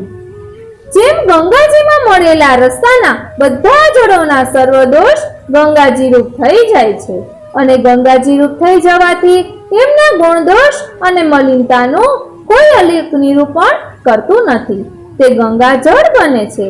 તે પ્રમાણે અહીં પણ સમજવું. બ્રહ્મ સંબંધ કરી સર્વ સમર્પિત જીવનથી ભગવત પ્રાપ્તિ થાય છે. અનંત કાળથી પ્રભુથી વિખૂટા પડેલા દૈવી જીવ સ્વામી શ્રી કૃષ્ણને ભૂલી ગયા છે. તેમને ફરી તેમના સ્વરૂપના જ્ઞાનપૂર્વક ભગવત સ્વરૂપનું સ્મરણ કરાવવા માટે તથા અવિદ્યાજન્ય સંસારના મોહ વગેરેથી દૂર કરી શ્રેષ્ઠ પ્રભુના શ્રી ચરણોમાં તેમનો એટલે કે દૈવી જીવોનો અનન્ય અનુરાગ પ્રસ્થાપિત થાય. તે હેતુથી આત્મસમર્પણાત્મિકા શરણાગતિની સાથે ફલરૂપ પ્રભુની સેવાનો અધિકાર પ્રદાન કરવામાં બ્રહ્મ સંબંધની ચરિતાર્થતા છે. આ રીતે બ્રહ્મ સંબંધ સર્વ પ્રકારના લૌકિક હેતુઓથી ભિન્ન અને માત્ર અલૌકિક વ્યુહરહિત આનંદમય પુરુષોત્તમની સેવાનો અધિકાર પ્રદાન કરવાના અધિકારયુક્ત છે એવો અર્થ ફલિત થાય છે. જેમ વૈદિક માર્ગમાં ગાયત્રી મંત્રના ઉપદેશ દ્વારા વૈદિક કર્મ કરવાનો અધિકાર મળે છે, તેમ શુદ્ધ પુષ્ટિ ભક્તિ માર્ગમાં આ ગદ્ય મંત્ર દ્વારા ભગવત સેવાનો અધિકાર પ્રાપ્ત થાય છે. સાથે સાથે એ બતાવી દેવાનું પણ જરૂરી રહે છે કે આ બ્રહ્મ સંબંધ કોઈ પણ પ્રકારે વેદ બીજરૂપ ગાયત્રી મંત્રથી ન્યૂન નથી. ગોસ્વામી શ્રી ચંદ્ર ગોપાલજી, સુરત, વડોદરા. આ રીતે આપણે સિદ્ધાંત રહસ્ય સંસ્કૃત શ્લોક, સમશ્લોકી અનુવાદ અને ભાષાંતર સહિત જોયું. આજે પવિત્રા બારસ છે. પવિત્રા બારસના દિવસે શ્રી મહાપ્રભુજીએ દામોદરદાસ હરસાનીને સૌથી પહેલું બ્રહ્મ સંબંધ આપ્યું હતું અને સિદ્ધાંત રહસ્ય ગ્રંથ શીખવ્યો હતો. તે પ્રસંગ આપણે બધા જાણીએ છીએ. એટલે અહીં સિદ્ધાંત રહસ્યનું વર્ણન રમેશભાઈ પરીખે લખેલા પુસ્તકમાંથી, તેને કરેલા સંકલનમાંથી લીધેલું છે. સિદ્ધાંત રહસ્ય ભૂમિકા. પ્રાસ્તાવિક. શ્રી મહાપ્રભુજી વિરચિત 16 ગ્રંથો પૈકી 5મો ગ્રંથ સિદ્ધાંત રહસ્ય છે. અન્ય ગ્રંથો કરતા આ ગ્રંથની એક વિશિષ્ટતા છે. શ્રી મહાપ્રભુજીના સેવકોને પુષ્ટિ સિદ્ધાંત પ્રમાણે જીવન જીવવામાં જ્યારે કોઈ મૂંઝવણ થઈ છે ત્યારે તે મૂંઝવણને દૂર કરવા શ્રી મહાપ્રભુજીએ તે ગ્રંથની રચના કરી છે. પરંતુ જ્યારે પુષ્ટિજીવોના ઉદ્ધારના માર્ગ અંગે શ્રી મહાપ્રભુજીએ સ્વયં શું કરવું તેનું ચિંતન કરવા માંડ્યું ત્યારે આપશ્રીએ પોતે જણાવ્યા પ્રમાણે સાક્ષાત ભગવાન શ્રી પૂર્ણ પુરુષોત્તમ શ્રી ગોવર્ધનનાથજીએ પ્રગટ થઈ જે આજ્ઞા કરી તે અક્ષરશઃ આ ગ્રંથમાં શ્રી મહાપ્રભુજીએ રજૂ કરી છે. આમ આ ગ્રંથ શ્રી મહાપ્રભુજીની લેખીની અને મુખારવિંદથી સાક્ષાત શ્રી ઠાકોરજીના વચનોની આજ્ઞારૂપ રજૂઆત છે. જેમ શ્રી ભગવાનની વાણી વેદરૂપે મહર્ષિ મુનિઓને પ્રાપ્ત થઈ અને તેમને સ્વમુખે શિષ્યોને શીખવી, તેમ ભગવાનની વાણી શ્રી મહાપ્રભુજીને પ્રાપ્ત થતા આપશ્રીએ શ્રી દામોદરદાસ હરસાનીજીને શીખવી. શ્રી હરસાનીજી દ્વારા તે વાણી શ્રી ગુસાઈજીને હૃદયારૂઢ થઈ. એનું વિશેષ રહસ્ય આપણા વંશ દ્વારા વલ્લભીય સૃષ્ટિને પ્રાપ્ત થયું. આમ આ ગ્રંથ વેદરૂપ છે. સર્વ સિદ્ધાંતોનું મૂળ છે, પુષ્ટિ જીવનનો પાયો છે, પુષ્ટિ જીવનની દીવાદાંડી છે. આથી આપણે આપણા પોતાના પૂર્વગ્રહો છોડીને શુદ્ધ અને સ્વસ્થ હૃદય તથા શ્રદ્ધાપૂર્ણ વિશુદ્ધ બુદ્ધિથી આ ગ્રંથને સાંગોપાંગ સમજીએ તે અત્યંત જરૂરી છે. ગ્રંથનું પ્રાગટ્ય વિક્રમ સંવત 1549ની સાલમાં શ્રી મહાપ્રભુજી 14 વર્ષની કિશોર વયે પહેલી ભારત યાત્રા કરતા કરતા ગોકુળ પધાર્યા હતા. તે પહેલા ગોકુળ ગામનું અસ્તિત્વ લોપ પામ્યું હતું. ત્યાં કોઈ ઘર ન હતા, વસ્તી ન હતી, કેવળ હતું ગાઢ વન. સાથે શ્રી દામોદરદાસ હરસાનીજી અને કૃષ્ણદાસ મેઘન જેવા અતિ અંતરંગ સેવકો પણ હતા. આપ તો નિત્ય લીલાનું સાક્ષી સ્વરૂપ, આપને એ અલૌકિક સ્થળની સંપૂર્ણ જાણકારી હોય જ, તો પણ ભક્તો પર કૃપા કરવા આપે પ્રશ્ન કર્યો. દમલા સારસ્વત કલ્પમાં અહીં શ્રીમદ ગોકુલ ધામ હતું. આ સ્થળે શ્રી યમુનાજીના કિનારે ગોવિંદ ઘાટ અને ઠકરાણી ઘાટ હતા. એ બધા લીલા સ્થળો આજે કોણ બતાવે?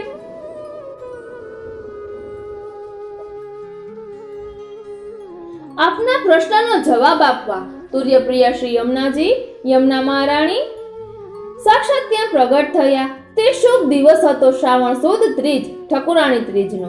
શ્રી વલ્લભે શ્રી યમુનાષ્ટક રચી શ્રી મહારાણીજી સમક્ષ સૌપ્રથમ વખત ગાયું. શ્રી યમુનાજીએ આજ્ઞા કરી, આપ અત્યારે જ્યાં ઊભા છો તે ઠકુરાણી ઘાટ છે અને બાજુમાં શ્રી ગોવિંદ ઘાટ છે. આપ ગોવિંદ ઘાટ પર બિરાજો. શ્રી વલ્લભ શ્રી ગોવિંદ ઘાટ પર શમી એટલે કે છોકરના વૃક્ષ નીચે બિરાજ્યા. આપે ત્યાં શ્રાવણ સુદ ચોથ થી દસમ સુધીના 7 દિવસ શ્રી ભાગવતજીનું પારાયણ કર્યું. આ અલૌકિક પ્રસંગનો વિચાર કરતા તેના નવનીત એટલે કે માખણ રૂપ એક વાત સાફ તરી આવે છે કે અંગ્રેજીમાં કહેવત છે કે coming events cast their shadows before એટલે કે બનનારી ઘટનાઓના પડછાયા પહેલા પડે છે. શ્રી યમુનાજીનું પ્રાગટ્ય શ્રી ઠાકોરજીના પ્રાગટ્યની વધાઈ રૂપ છે. શ્રી યમુનાજીની ભક્તિ મહારાણી છે. શ્રી યમુનાજી ભક્તિ મહારાણી છે.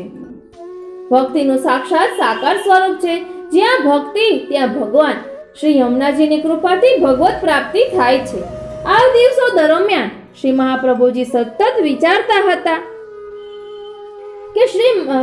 વિચારતા હતા શ્રી પ્રભુને પૃથ્વી ઉપર શુદ્ધ પુષ્ટિ ભક્તિનો માર્ગ પ્રગટ કરવાનું મન થયું. કારણ કે નિત્ય લીલાના કેટલાક અંગીકૃત કૃપાપાત્ર જીવો લીલામાં અપરાધ થવાથી પૃથ્વી પર આવ્યા હતા. તેમનો ઉદ્ધાર થાય તો તેઓ ફરી નિત્ય લીલાને પ્રાપ્ત થાય. શુદ્ધ પુષ્ટિ ભક્તિના માર્ગે આ દૈવી પુષ્ટિ જીવો ચાલે તો તેમનો ઉદ્ધાર થાય. આથી પૃથ્વી ઉપર શુદ્ધ પુષ્ટિ ભક્તિનો માર્ગ પ્રગટ થાય તે ખાસ જરૂરી હતું.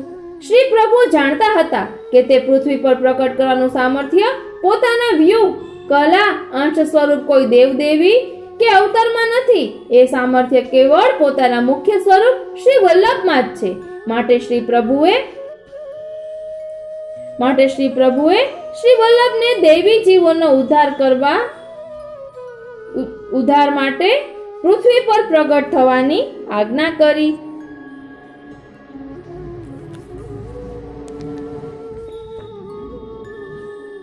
શ્રી વલ્લભને પૃથ્વી પર પ્રગટ થયે 14 વર્ષ થઈ ગયા. આપે લગભગ એક ભારત યાત્રા પર ચરણારવિંદથી ચાલીને કરી. એના અનુભવે આપને સમજાયું કે ભગવત પ્રાપ્તિ માટે શાસ્ત્રોએ બતાવેલા જ્ઞાન, કર્મ, ભક્તિ, યોગ, ઉપાસના જેવા માર્ગો કલિયુગના આ સમયમાં અતિ મુશ્કેલ છે, દુઃસાધ્ય છે. પૃથ્વી પર આવેલા નિત્ય લીલાના પુષ્ટિજીવો પણ આસુરી અન્ય જીવોના સંગ દોષથી સ્વભાવ દુષ્ટ અને સાધન દુષ્ટ છે. શાસ્ત્રોમાં બતાવેલ મર્યાદા ભક્તિ માર્ગ કરતા શુદ્ધ પુષ્ટિ ભક્તિ માર્ગના સિદ્ધાંત, ભક્તિનું સ્વરૂપ, સેવ્ય સ્વરૂપ અને ફળ પ્રાપ્તિ ઘણા જુદા છે. શાસ્ત્રોમાં 4 પુરુષાર્થો, ત્યાગ, વિવેક વગેરેનું જે નિરૂપણ છે તેના કરતા શુદ્ધ પુષ્ટિ ભક્તિ માર્ગમાં આ બધી બાબતો ઘણી જુદી છે. તેનું તારતમ્ય પુષ્ટિજીવોને ગળે ઉતારવું જરૂરી છે.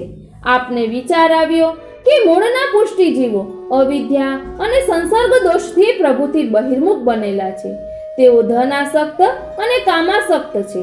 દુષ્ટ દૂષિત પદાર્થોનો ઉપયોગ અને ખાનપાન કરનારા છે. શાસ્ત્રોની આજ્ઞા છે કે જે જીવો શુદ્ધ મનથી સુખી, સાત્વિક અને બ્રહ્મવિદ્યાના જાણકાર હોય તે જ ભગવત સેવા કરવાની લાયકાતવાળા છે. નિર્દોષ ભગવાન સદોષ જીવોની સેવા ન સ્વીકારે. જેમ પૂજા માર્ગમાં પૂજા કરતા પહેલા બધા દોષો દૂર થવા જરૂરી છે, તેમ સેવા માર્ગમાં પણ સેવા કરવા સર્વદોષ નિવૃત્તિ જરૂરી છે. શ્રી મહાપ્રભુજી 8 દિવસથી જીવોની દોષ નિવૃત્તિનો ઉપાય વિચારી રહ્યા હતા. આપ શ્રી આ વિચાર કરતા ચિંતન મગ્ન બન્યા, કારણ કે વેદ ઉપનિષદ જેવા શાસ્ત્રોના અભ્યાસીઓ, વિદ્વાનો અને અન્ય આચાર્યો કાં તો તે શાસ્ત્રો સમજ્યા નથી, કાં તો તે સ્વીકારવા આજ સુધી તૈયાર જ થયા નથી. જો આ મહાપુરુષોની બુદ્ધિ પણ શાસ્ત્રોની આજ્ઞા ન સ્વીકારે તો સામાન્ય અજ્ઞાની જીવોને શો દોષ દેવાય? કલિયુગના જીવો મહાત્મ્યય છે. ચમત્કારને નમસ્કાર કરવાના સ્વભાવવાળા છે.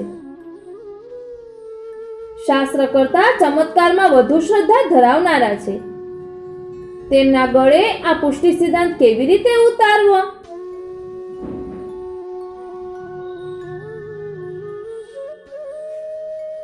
જગતના બધા ધર્મોના આચાર્યો, ગુરુઓને આવા જ પ્રકારની મૂંઝવણ થયાનું જાણવા મળે છે. તેના પરિણામે જીવ કલ્યાણની ભાવનાથી કેટલાક ઘર છોડી વનમાં ગયા, કેટલાક પર્વતની ગુફામાં એકાંતવાસ કરવા ચાલ્યા ગયા. ત્યાં કોઈને આકાશવાણી દ્વારા માર્ગ સમજાયો તો કોઈકને દેવદૂતે આવીને માર્ગ બતાવ્યો, કોઈકને હૃદયમાં જ્ઞાનનો બોધ થયો તો કોઈકને સ્વપ્નમાં ઈશ્વરની આજ્ઞા થઈ. પરંતુ એ બધાથી શ્રી મહાપ્રભુજી નોખા છે, અલૌકિક ભગવદમુખ સ્વરૂપ છે. એટલે શ્રી મહાપ્રભુજીનું ચિંતન જ્યારે ચરમસીમાએ પહોંચ્યું ત્યારે એક અદ્વિતીય ઘટના ઘટી, જે માનવજાતના ઇતિહાસમાં આ અગાઉ કદાચ ક્યારેય થઈ નથી. જીવોને ભગવત સમન કરાવવા અંગે સતત વિચારમગ્ન રહેતા શ્રી વલ્લભને રાતે પૂરી નિદ્રા પણ આવતી નહીં. શ્રાવણ સુદ 11ની રાત્રિએ આપ ગોવિંદ ઘાટ પર જાગતા પોઢ્યા હતા. થોડેક દૂર શ્રી દામોદરદાસજી આદિ સેવકો પણ જાગતા હતા. ચોમાસાની શ્યામ વાદળ ઘેરી અંધારી રાત હતી. મધરાત થઈ સર્વત્ર નીરવ શાંતિ હતી. ત્યાં અત્યંત પ્રકાશિત વીજળીના ચમકારા જેવો પ્રકાશ ચમક્યો. તેના તેજમાં ઘાટ પર શ્રી વલ્લભની સન્મુખ સાક્ષાત પૂર્ણ પુરુષોત્તમ આનંદકંદ શ્રી ગોવર્ધનનાથજી ઠાડા હતા. કોટી કંદર્પ લાવણ્ય પ્રભુના દર્શન થતા જ શ્રી વલ્લભ ઊભા થઈ ગયા, બે હાથ જોડી વંદન કર્યા. આપના નેત્રમાંથી હર્ષના અશ્રુ ટપક્યા. હે પ્રાણનાથ, મને શ્રી આજ્ઞા છે. વલ્લભ પુષ્ટિજીવોના ઉદ્ધાર માટે મારી આજ્ઞાથી તમે પૃથ્વી પર પધાર્યા છો. તેથી પુષ્ટિજીવોને શરણે લેવાનો માર્ગ બતાવવા માટે જ હું અત્યારે આપની પાસે આવ્યો છું. પ્રભુના કૃપાપૂર્ણ મધુર વચનો સાંભળીને શ્રી મહાપ્રભુજી હરખાયા. શ્રી ઠાકોરજીએ આજ્ઞા કરી, વલ્લભ, હું તમને નિવેદન મંત્ર આપું છું. તમે પુષ્ટિજીવોને આ મંત્રની દીક્ષા આપજો. જે જીવો આ મંત્રની દીક્ષા લેશે તેમના સર્વ દોષો નિવૃત્ત થશે. તેઓ મારી સેવા કરવા માટે લાયક બનશે. તેમને સેવાનું પરમ ફળ પ્રાપ્ત થશે. હું તેમનું શરણ અને સમર્પણ સ્વીકારીશ. હું તેમનો કદાપી ત્યાગ નહીં કરું. મારું આ વચન છે. શ્રી ઠાકોરજીએ શ્રી મહાપ્રભુજીને તે સમયે ગદ્ય મંત્ર સહિત પંચાક્ષર મંત્રનું દાન કર્યું અને એની પાછળ રહેલા સિદ્ધાંતનું રહસ્ય પણ સમજાવ્યું. શ્રી મહાપ્રભુજી ઘણા પ્રસન્ન થયા. મધરાતે અનાયાસ પધારેલા શ્રી પ્રભુનો સત્કાર કરવા શું હોય? સામગ્રીમાં હતી મધુરી મિશ્રી. 4 દિવસ બાદ યજ્ઞોપવિત બદલવાની વિધિ કરવાની હતી. તે માટે જરૂરી સૂતરની પવિત્રી તૈયાર હતી. પુષ્પમાળાના ભાવથી શ્રી મહાપ્રભુજીએ શ્રી ઠાકોરજીને તે પવિત્ર ધરાવી મિશ્રી આરોગાવી. આપે તો તક છંદમાં મધુરાષ્ટક ગાઈ શ્રી પ્રભુની સ્તુતિ કરી. શ્રી ઠાકોરજી અંતર્ધ્યાન થયા. આવી અદ્ભુત અલૌકિક ઘટના બાદ નિદ્રા તો શાની આવે? વાતાવરણમાં, મનમાં અને તનમાં પ્રસન્નતા હતી. હૃદય સાગરમાં ઉછળતા આનંદના મોજા જ્યારે બહાર ઉછળીને આવે તેનું નામ ઉત્સવ. એ આનંદ મંગલ પ્રસંગમાં સૌને સંમિલિત થવા આમંત્રણ અપાય. શ્રી ગોકુળમાં શ્રી કૃષ્ણનું પ્રાગટ્ય થયું. શ્રી ચંપારણ્યમાં શ્રી વલ્લભનું પ્રાગટ્ય થયું. ત્યારે ભક્તોએ ગાયું હતું, સબ મિલ આવો નાચો કરો બધાઈ. એમ શ્રી વલ્લભ પણ આનંદ મંગલ ઉત્સવ મનાવવા તત્પર થયા. આપે પોતાના પરમ પ્રિય સેવક હરસાણીજીને જગાડવા બૂમ પાડી.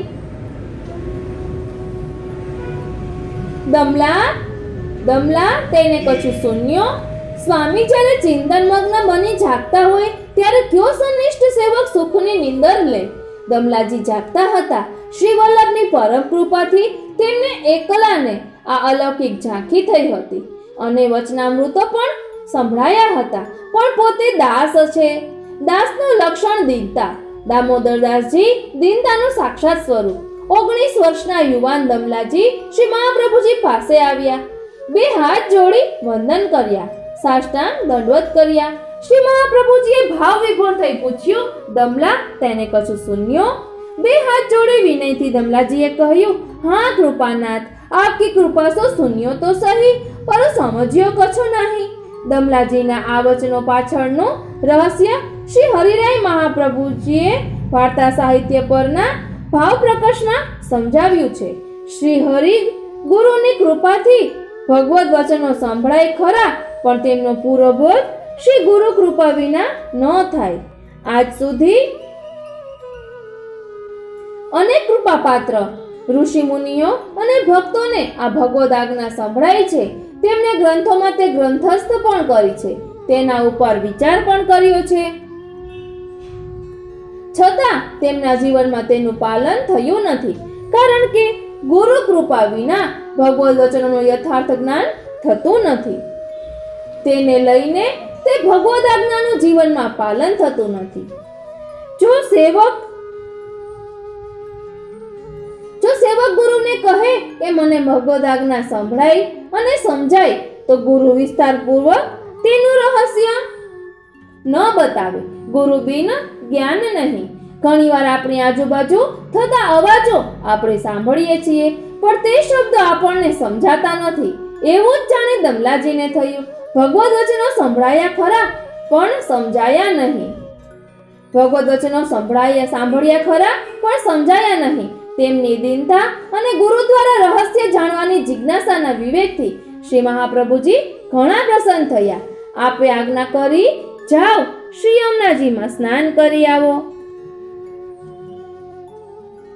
શ્રી મહાપ્રભુજી અને દમલાજીએ સ્નાન કર્યું. શ્રી મહાપ્રભુજી તેમના સેવ્ય શ્રી મુકુંદરાયજીને જગાવી મંગળ શ્રૃંગારની સેવા પહોંચ્યા. ત્યાં સુધીમાં તો શ્રાવણ સુદ 12નું મંગલ પ્રભાત ઉગી ચૂક્યું હતું. આપે શ્રી ઠાકોરજી સન્મુખ દમલાજીને બેસાડ્યા. તેમના હાથમાં તુલસી દળ આપ્યા. પછી શ્રી અષ્ટાક્ષર મંત્રના સંપુટમાં ગદ્ય મંત્ર અને પંચાક્ષર મંત્ર બોલાવ્યો. તેમના હાથમાંથી તુલસી દળ લઈ આપે તે શ્રી ઠાકોરજીના ચરણ કમલમાં સમર્પ્યા. આપે આજ્ઞા કરી, દમલા તને બ્રહ્મ સમાન થયો. કૃપાનાથ, મને કઈ સમજ નથી પડી, આપ કૃપા કરીને સમજાવો. શ્રી મહાપ્રભુજીએ સિદ્ધાંત રહસ્ય ગ્રંથ રચી શ્રી દમલાજીને શીખવ્યો. આમ સંવત 1549ના શ્રાવણ સુદ 12ના સુપ્રભાતે શ્રી હરસાણીજી માટે શ્રી મહાપ્રભુજીએ શ્રી ગોકુલમાં સિદ્ધાંત રહસ્ય ગ્રંથની રચના કરી. આ દિવસે સર્વપ્રથમ બ્રહ્મ સંવત શ્રી દામોદરદાસ હરસાણીજીને થયું. તેથી આ દિવસ પુષ્ટિ માર્ગના સ્થાપના દિન, સમર્પણ દિન, પવિત્ર બારસ તરીકે આપણે મનાવતા આવ્યા છીએ. ગ્રંથનું સ્વરૂપ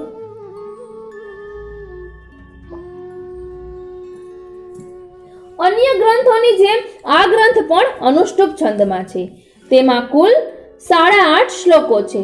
તેના પહેલા શ્લોકમાં આ ગ્રંથ ક્યારે કેવી રીતે પ્રગટ થયો તેની વિગત છે. બાકીના શ્લોકોમાં બ્રહ્મસંબંધ દ્વારા કયા દોષોની નિવૃત્તિ થાય, એ દોષો ફરી ન લાગે અને સમર્પિત જીવન કેવી રીતે જીવાય તે માટે શું કરવાનું અને શું નહીં કરવાનું તેનું માર્ગદર્શન છે. એક વખત શ્રી દામોદરદાસજીના પિતાનું શ્રાદ્ધ કરાવવા સ્વયં શ્રી ગુસાઈજી દામોદરદાસજીના ઘેર પધાર્યા. શ્રાદ્ધ કરાવ્યાની દક્ષિણા આપે માગી ત્યારે દમલાજીએ દક્ષિણામાં શ્રી ગુસાઈજીના ગ્રંથનો 1.5 શ્લોક અને શ્રી મહાપ્રભુજીએ સમજાવેલ તેનું રહસ્ય કહ્યું. સાથે એમ પણ કહ્યું કે પહેલા શ્લોકમાં પુષ્ટિ માર્ગની સ્થાપનાનો પ્રકાર છે અને પછીના અડધા શ્લોકમાં પુષ્ટિ માર્ગીય જીવન માટેની આજ્ઞા છે. આ 1.5 શ્લોકમાં બધો સિદ્ધાંત સમાઈ જાય છે. બાકીના 7 શ્લોકમાં આનું જ ભાષ્ય છે. શ્લોક સંખ્યાનું રહસ્ય.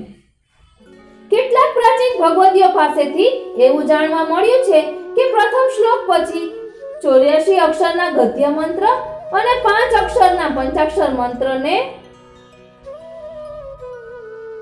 અઢી શ્લોકમાં શ્રી પ્રભુએ કહ્યા હતા. મંત્ર ગુપ્ત રાખવાના હેતુથી આ અઢી શ્લોકો આ ગ્રંથમાં શ્રી મહાપ્રભુજીએ પ્રકટ કર્યા નથી. મંત્ર પાછળના રહસ્યના 7.5 શ્લોકો પ્રકટ કર્યા છે. આ ભાવનાત્મક બાબતને વિચારીએ તો આ ગ્રંથ 11 શ્લોકોનો થાય. આપણા શાસ્ત્રોએ જેમ જળ પદાર્થોમાં આધ્યાત્મિક અને આધિદૈવિક સ્વરૂપો સમજાવ્યા છે તેમ આંકડાઓમાં આધ્યાત્મિક રહસ્ય પણ બતાવ્યું છે. શ્રી ભાગવતજીના દશમ સ્કંદના જન્મ પ્રકરણના 3જા અધ્યાયમાં મથુરાના કારાગારમાં થયેલ ભગવત પ્રાગટ્યનું વર્ણન 8.5 શ્લોકોમાં છે. તેમાં ગ્રંથના પણ 8.5 શ્લોકો છે, જે સૂચવે છે કે અહીં પણ સાક્ષાત ભગવાન પુષ્ટિજીવોના ઉદ્ધાર માટે પ્રકટ થયા છે. એ જ રીતે 11નો આંક પણ આપણે 11 ઇન્દ્રિયોનો સૂચક છે. 11 ઇન્દ્રિયો સહિતનું આપણું પ્રભુમાં આત્મનિવેદન અને તેને અનુરૂપ સમર્પણ જ 11 ઇન્દ્રિયો સહિત આ દેહથી આ જ જન્મમાં આપણને ભગવત પ્રાપ્તિ કરાવશે. આ ગ્રંથની આવી વિશિષ્ટતાને ધ્યાનમાં લઈને મોટા ભાગના વૈષ્ણવો તેમના નિત્યક્રમના પાઠ સ્તોત્રોમાં આ ગ્રંથનો સમાવેશ અચૂક કરે છે. સિદ્ધાંત રહસ્યનું 16 ગ્રંથોમાં સ્થાન. સિદ્ધાંત રહસ્યનું 16 ગ્રંથોમાં સ્થાન. 16 ગ્રંથોમાં આ ગ્રંથના સ્થાનનું રહસ્ય સમજાવતા શ્રી દ્વારકેશજીએ આજ્ઞા કરી કે ભગવત પ્રાપ્તિ માટેનો અધિકાર શ્રી અમનાષ્ટક દ્વારા સિદ્ધ થાય છે. ત્યાર પછી પુષ્ટિજીવને તેના કર્તવ્યની જાણ માટે બાલબોધ ગ્રંથ છે, જે શું ન કરવું તેનો બોધ આપે છે. શું ન કરવું તે જાણ્યા પછી શું કરવું તે માટે સિદ્ધાંત મુક્તાવલી ગ્રંથ છે, જેમાં સેવાનું સ્વરૂપ સમજાવવામાં આવ્યું છે. પુષ્ટિજીવો સેવા કરવા સર્જાયા છે એ વાત પુષ્ટિ પ્રવાહ મર્યાદા ભેદ ગ્રંથમાં બતાવી. સેવાના નિર્વાહ માટે જરૂરી યોગ્યતા સંપાદન કરવાનું માર્ગદર્શન આ ગ્રંથ સિદ્ધાંત રહસ્યમાં છે. સેવાના નિર્વાહ માટે જરૂરી યોગ્યતા સંપાદન કરવાનું માર્ગદર્શન આ ગ્રંથ સિદ્ધાંત રહસ્યમાં છે. આજે આપણા વૈષ્ણવ સમાજમાં થોડીક બાબતો વિશે થોડું અજ્ઞાન, થોડા ભ્રમ, થોડી ગેરસમજ પ્રવર્તે છે. પહેલું, બ્રહ્મ સંબંધ લેવાય પછી જ વૈષ્ણવ બનાય. બીજું, બ્રહ્મ સંબંધ વિના ગોલોકધામની પ્રાપ્તિ ન થાય. ત્રીજું, બ્રહ્મ સંબંધ લેનારે ફરજિયાત સેવા કરવી જોઈએ. એવું નહીં સેવા ન કરે તો પણ ચાલે. ચોથું, મિશ્રી ભોગ કે જારી ભરવાથી સમર્પણ થઈ ગયું. પાંચમું, ચરણામૃત પધરાવી ભોજન કરવાથી પ્રસાદ લેવાયો કહેવાય. છઠ્ઠું, દેવ દ્રવ્યનો વિચાર પુષ્ટિ માર્ગમાં નથી, મર્યાદા માર્ગમાં છે. સાતમું, બ્રહ્મ સંબંધ દ્વારા વૈષ્ણવે ગુરુને સમર્પણ કરવાનું છે. આ પ્રકારની કેટલીક રૂઢ થઈ ગયેલી ભ્રામક માન્યતાઓને લીધે જ આપણે પુષ્ટિના પરમ ફળથી વંચિત રહીએ છીએ.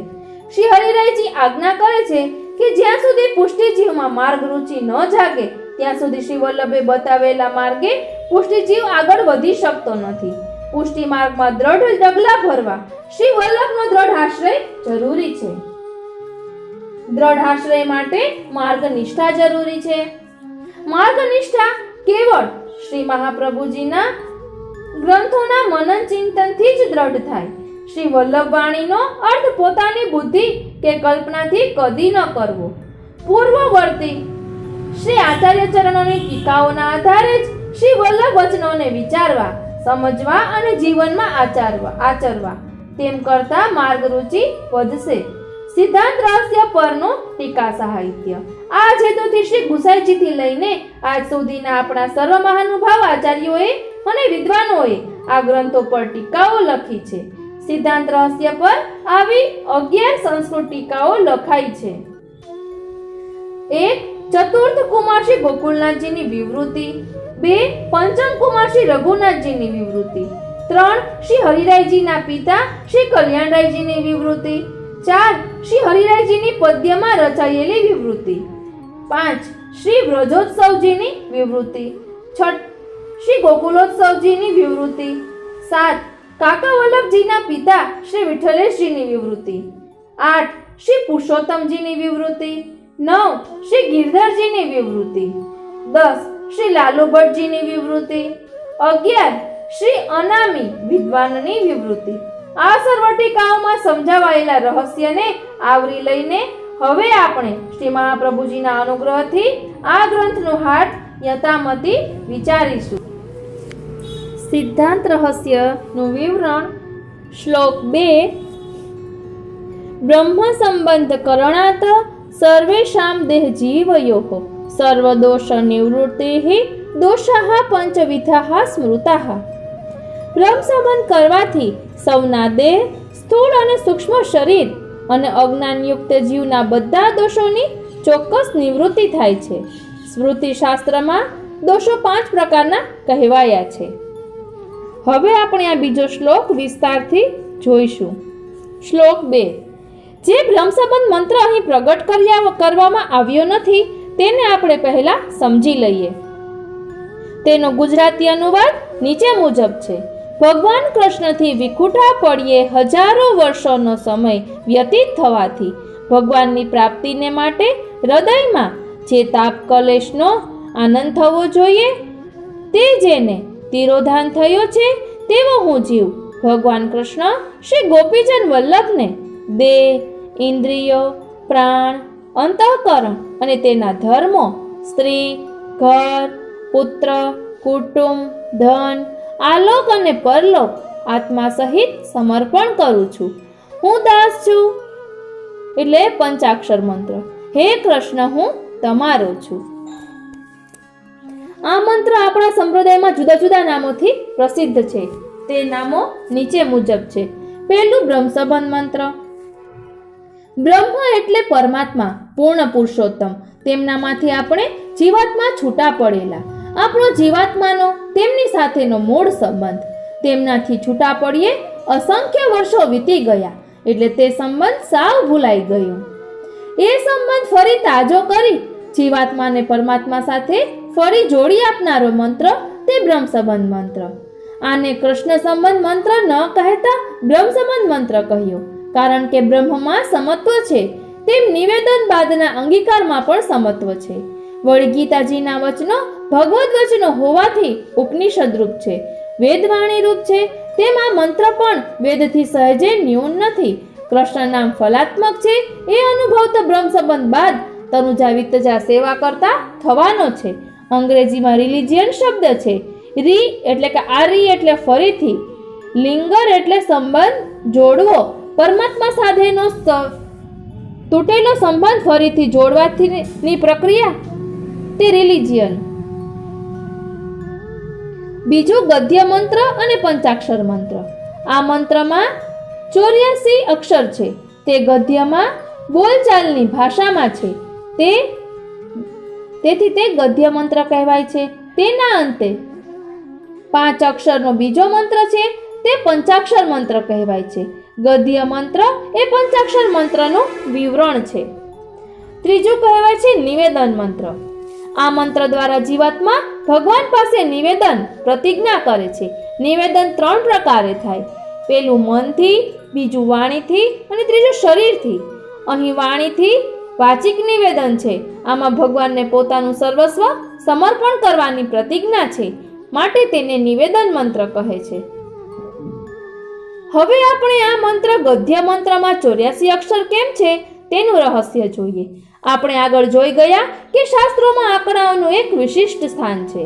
84 નો આંક વિશિષ્ટ હોવાથી આપણા પુષ્ટિમાર્ગમાં તેનું અનેરું સ્થાન કહ્યું છે. તેથી શ્રી મહાપ્રભુજીના મુખ્ય સેવકોની સંખ્યા 84, આપશ્રીની બેઠકો 84 અને શ્રી યદુનાથજીએ શ્રી વલ્લભ દિગ્વિજય ગ્રંથમાં જણાવ્યું છે તે પ્રમાણે આપના ગ્રંથોની સંખ્યા પણ 84 અને વ્રજના કોષ પણ 84 છે. 84 ના આંકનું અલૌકિક રહસ્ય શ્રી હરિરાયજીએ વાર્તા સાહિત્યના ભાવ પ્રકાશમાં બતાવ્યું છે. જીવ યોનની કુલ સંખ્યા 84 લાખની એક પછી એક યોનિમાં જન્મ મરણ ભોગવતો જીવાત્મા જ્યારે માનવ યોનિમાં જન્મે છે ત્યારે તે ધર્મનું આચરણ કરવાની યોગ્યતા અને ક્ષમતા મેળવે છે. જન્મ મરણમાંથી મુક્ત થવાની શક્યતા ધર્મ આચરણ દ્વારા માનવ યોનિમાં છે. તેથી અહીં 84 અક્ષરો 84 લાખ યોનિમાં ના ચક્કરોનું સૂચન કરે છે. ફરી યોનિ ચક્રમાં ન ફસાવવું હોય તો 84 અક્ષરના આ મંત્રથી પ્રભુને સમર્પિત થવું જરૂરી છે. ભગવત સ્વરૂપ દ્વાદશ અંગ છે. પ્રત્યેક અંગમાં શ્રી પ્રભુના 6 ધર્મો અને ધર્મી સ્વરૂપ વિદ્યમાન છે. 12 સત્તા 84. આમ 84 અક્ષરના નિવેદન મંત્રથી સમર્પિત જીવને આ દેહે જ ભગવત પ્રાપ્તિ થાય છે. માટે તેમાં 84 અક્ષર છે. ભક્તિના પ્રકાર 84 છે. તેથી પણ આ મંત્રમાં 84 અક્ષર છે. એવી જ રીતે પંચાક્ષર મંત્રમાં 5 અક્ષરો છે. આપણું શરીર પંચ મહાભૂતો પૃથ્વી, તેજ, વાયુ, આકાશ અને જળનું બનેલું છે. ભગવત પ્રાપ્તિ માટે તે પ્રભુને સમર્પિત કરવું જરૂરી છે. શરીરમાં અંતઃકરણ છે, જેમાં મન, ચિત્ત, બુદ્ધિ અને અહંકાર એવા 4 તત્વો છે. તદુપરાંત શરીરમાં આત્મા પણ છે. તેમની સંખ્યા પણ 5ની થાય છે. આમ 5 તત્વોના સ્થૂળ સૂક્ષ્મ દેહ આત્માને પ્રભુને સમર્પિત કરવાની પ્રતિજ્ઞા આ મંત્રથી થાય છે. માટે તે પંચાક્ષર મંત્ર કહે છે. શ્રી હરિરાયજી આદિ મહાનુભાવોએ બ્રહ્મ સંબંધ મંત્ર ઉપર અલગ ટીકાઓ લખી છે. તેના આધારે આ મંત્રનું રહસ્ય સમજીએ. શ્રી હરિરાયજી સમજાવે છે કે દુનિયામાં સ્ત્રી પુરુષના લગ્ન પહેલા વાગદાન વિવાહ થાય, તેવી રીતે જીવાત્મા એ પત્ની એટલે કે દાસી છે અને પરમાત્મા પતિ એટલે કે સ્વામી છે. શ્રી મહાપ્રભુજીએ આપણા જમણા કાનમાં 3 વખત શ્રી અષ્ટાક્ષર મંત્ર કહી તુલસી કંઠી પહેરાવી. આપણો જીવાત્માનો વિવાહ પરમાત્મા સાથે કરી આપ્યો. કન્યા સમજણી થયા બાદ તેના લગ્ન લેવાય. બ્રહ્મ સંબંધ મંત્રની દીક્ષા જીવાત્માના પરમાત્મા સાથેના અલૌકિક લગ્ન છે. લગ્ન સમયે પુરોહિતની અને અગ્નિની સાક્ષીમાં વર કન્યા રસ સપ્તપદીની પ્રતિજ્ઞા લે ત્યારે લગ્ન થયા કહેવાય. તેવી રીતે બ્રહ્મ સંબંધની દીક્ષા વખતે જીવાત્મા તુલસીજી અને અલૌકિક અગ્નિ સ્વરૂપ શ્રી મહાપ્રભુજીની સાક્ષીમાં બ્રહ્મ સંબંધ મંત્ર બોલે છે, જે સપ્તપદીની પ્રતિજ્ઞા રૂપ છે. પછી શ્રી મહાપ્રભુજી આપણા હાથમાં રહેલું તુલસી દળ લઈને શ્રી ઠાકોરજીના ચરણ કમલમાં ધરે છે. તે હસ્ત મેળાપ છે. તેના દ્વારા શ્રી ઠાકોરજી આપણું સમર્પણ સ્વીકારે છે. આ મંત્ર જાણે જીવાત્મા અને પરમાત્મા વચ્ચેનો મધુર સંવાદ છે. સંવાદની શરૂઆત જીવાત્મા કરે છે.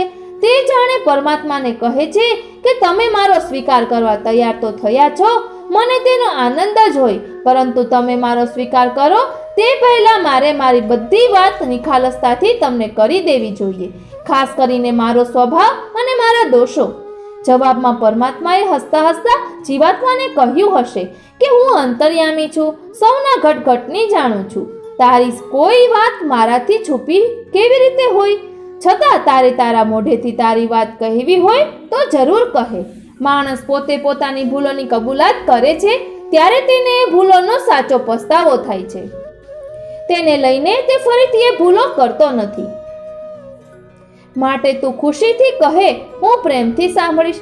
જવાબમાં જીવાત્મા કહે છે, હે ભગવાન, તમે આ જગતની રચના પહેલાના અનાદિ અને એકાકી હતા. તમે આનંદરસ સ્વરૂપ છો. કેવળ આનંદ પ્રાપ્ત કરવો અને તે માટે રસાત્મક લીલાઓ કરવી તે તમારો સ્વભાવ છે. તે માટે તમે આ જગતની તમારામાંથી જ રચના કરી. તમે પોતે જ જગતરૂપ બન્યા છો. એક ચિત્રકાર કેનવાસ ઉપર રંગના પ્યાલાઓમાં બોળેલી પીંછીઓ છટકોરે અને રંગબેરંગી સરસ મજાનું ચિત્ર બની જાય. તેમ તમારી લીલાના એક લટકા માત્રથી આ જગત પ્રગટ થઈ ગયું, પણ તેમાં ખેલવા માટે તમારે સાથીદારની જરૂર હતી.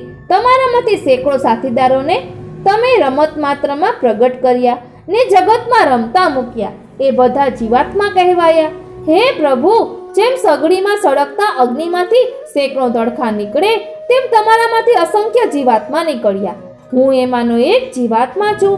આપ પરમાત્મા છો, પૂર્ણ છો. હું આપનો અંશ છું. આપ સ્વામી છો, હું આપનો દાસ છું. આપનામાં સત, ચિત્ત અને આનંદ રહેલ છે. આપના સત અને ચિત્તના ગુણો અમારા જીવાત્મામાં તમે મૂક્યા છે, પણ આપનો આનંદનો ગુણ તમે અમને આપ્યો નથી. તેને કારણે અમે પરમાત્મા નથી, આત્મા છીએ. તમે અંશી છો, જ્યારે અમે અંશ છીએ. તમારા આનંદ ગુણને કારણે તમારામાં દિવ્ય 6 ધર્મો રહેલા છે: ઐશ્વર્ય, વીર્ય, યશ, શ્રી, જ્ઞાન અને વૈરાગ્ય. આ 6 ધર્મોને લઈને તમે ભગવાન કહેવાઓ છો. તમારામાંથી વિખૂટા પડતાની સાથે જ અમારામાંથી આનંદ ગુણ ચાલ્યો ગયો. તેને કારણે તમારા દિવ્ય 6 ધર્મો પણ ચાલ્યા ગયા. ઐશ્વર્ય ધર્મ જતા જીવ પરાધીન અને દીન બન્યો. વીર્ય ધર્મ જતા તે શક્તિ વિનાનો થયો. યશ ધર્મ વિના તે હીન બન્યો, તેને અપયશ મળવા લાગ્યા. શ્રી ધર્મ જતા તેને જન્મ મૃત્યુના દુઃખ આવ્યા. જ્ઞાન ધર્મ જતા તે અહંકારી બન્યો, તેને લઈને તેનામાં 5 પ્રકારની અવિદ્યા આવી: દેહાધ્યાસ, ઇન્દ્રિયાધ્યાસ, અંતઃકરણાધ્યાસ, પ્રાણાધ્યાસ અને સ્વરૂપ વિસ્મૃતિ. તે પોતાનું સ્વરૂપ જ ભૂલી ગયો. દેહ અને ઇન્દ્રિયોને જ તે આત્મા માની બેઠો. તે અજ્ઞાનવશ બની માયામાં ફસાયો. વૈરાગ્ય ધર્મ જતા તે વિષયાસક્ત બન્યો. હજી આટલું તો ઓછું હોય તેમ હે પ્રભુ, અમારા જીવમાં 6 પ્રકારના વિકારો આવ્યા: જન્મ, અસ્તિત્વ, વૃદ્ધિ, પરિણામ, ક્ષીણતા અને મૃત્યુ. સાથે સાથે અમારામાં 5 દોષો પણ ઉમેરાયા: સહજ દોષ, દેહ દોષ, કાલ દોષ, સંયોગ દોષ અને સ્પર્શ દોષ. આવો હું દીનહીન, પતિત, પાપી, માયામાં ફસાયેલો અવિદ્યાગ્રસ્ત જીવાત્મા છું. સ્વભાવે દુષ્ટ છું. વળી તમારાથી છૂટા પડ્યા પછી મેં કદીએ નથી તમને યાદ કર્યા કે નથી તમને ફરી મળવાનો પ્રયત્ન પણ કર્યો. તમને ન મળાયાનું મને કદી દુઃખ પણ થયું નથી. હું માત્ર મારામાં જ રચ્યો પચ્યો રહ્યો છું અને તમને આજ સુધી સદંતર ભૂલી જ ગયો છું. હે પ્રભુ, તમારાથી છૂટા પડીએ કેટલા વર્ષો થયા હશે તે પણ મને યાદ નથી. હજારો અસંખ્ય વર્ષો વીતી ગયા હોવા જોઈએ. જ્યોતિષશાસ્ત્રમાં 5 વર્ષના સમયગાળા માટે પરિવત્સર શબ્દ વપરાય છે. વેદમાં સંવત્સરના 4 ભેદ બતાવ્યા, જેમાંનો એક પરિવત્સર છે. પરિવત્સરનું દેવતા સ્વરૂપ સૂર્યનું છે. વેદશાસ્ત્ર અને જ્યોતિષશાસ્ત્રની દ્રષ્ટિએ પરિવત્સર સૂર્યરૂપ છે. ઉનાળામાં એક સૂર્ય અસહ્ય ગરમી આપે છે.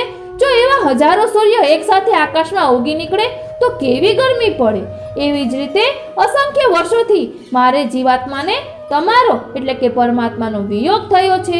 હું જન્મ મરણના ચક્કરમાં ભટકતો રહીને અસહ્ય દુઃખ અને તાપ ક્લેશ પામી ચૂક્યો છું. હે પ્રભુ, તમને ફરીથી મળવાનો મને કદી વિચાર જ જાગ્યો નહીં.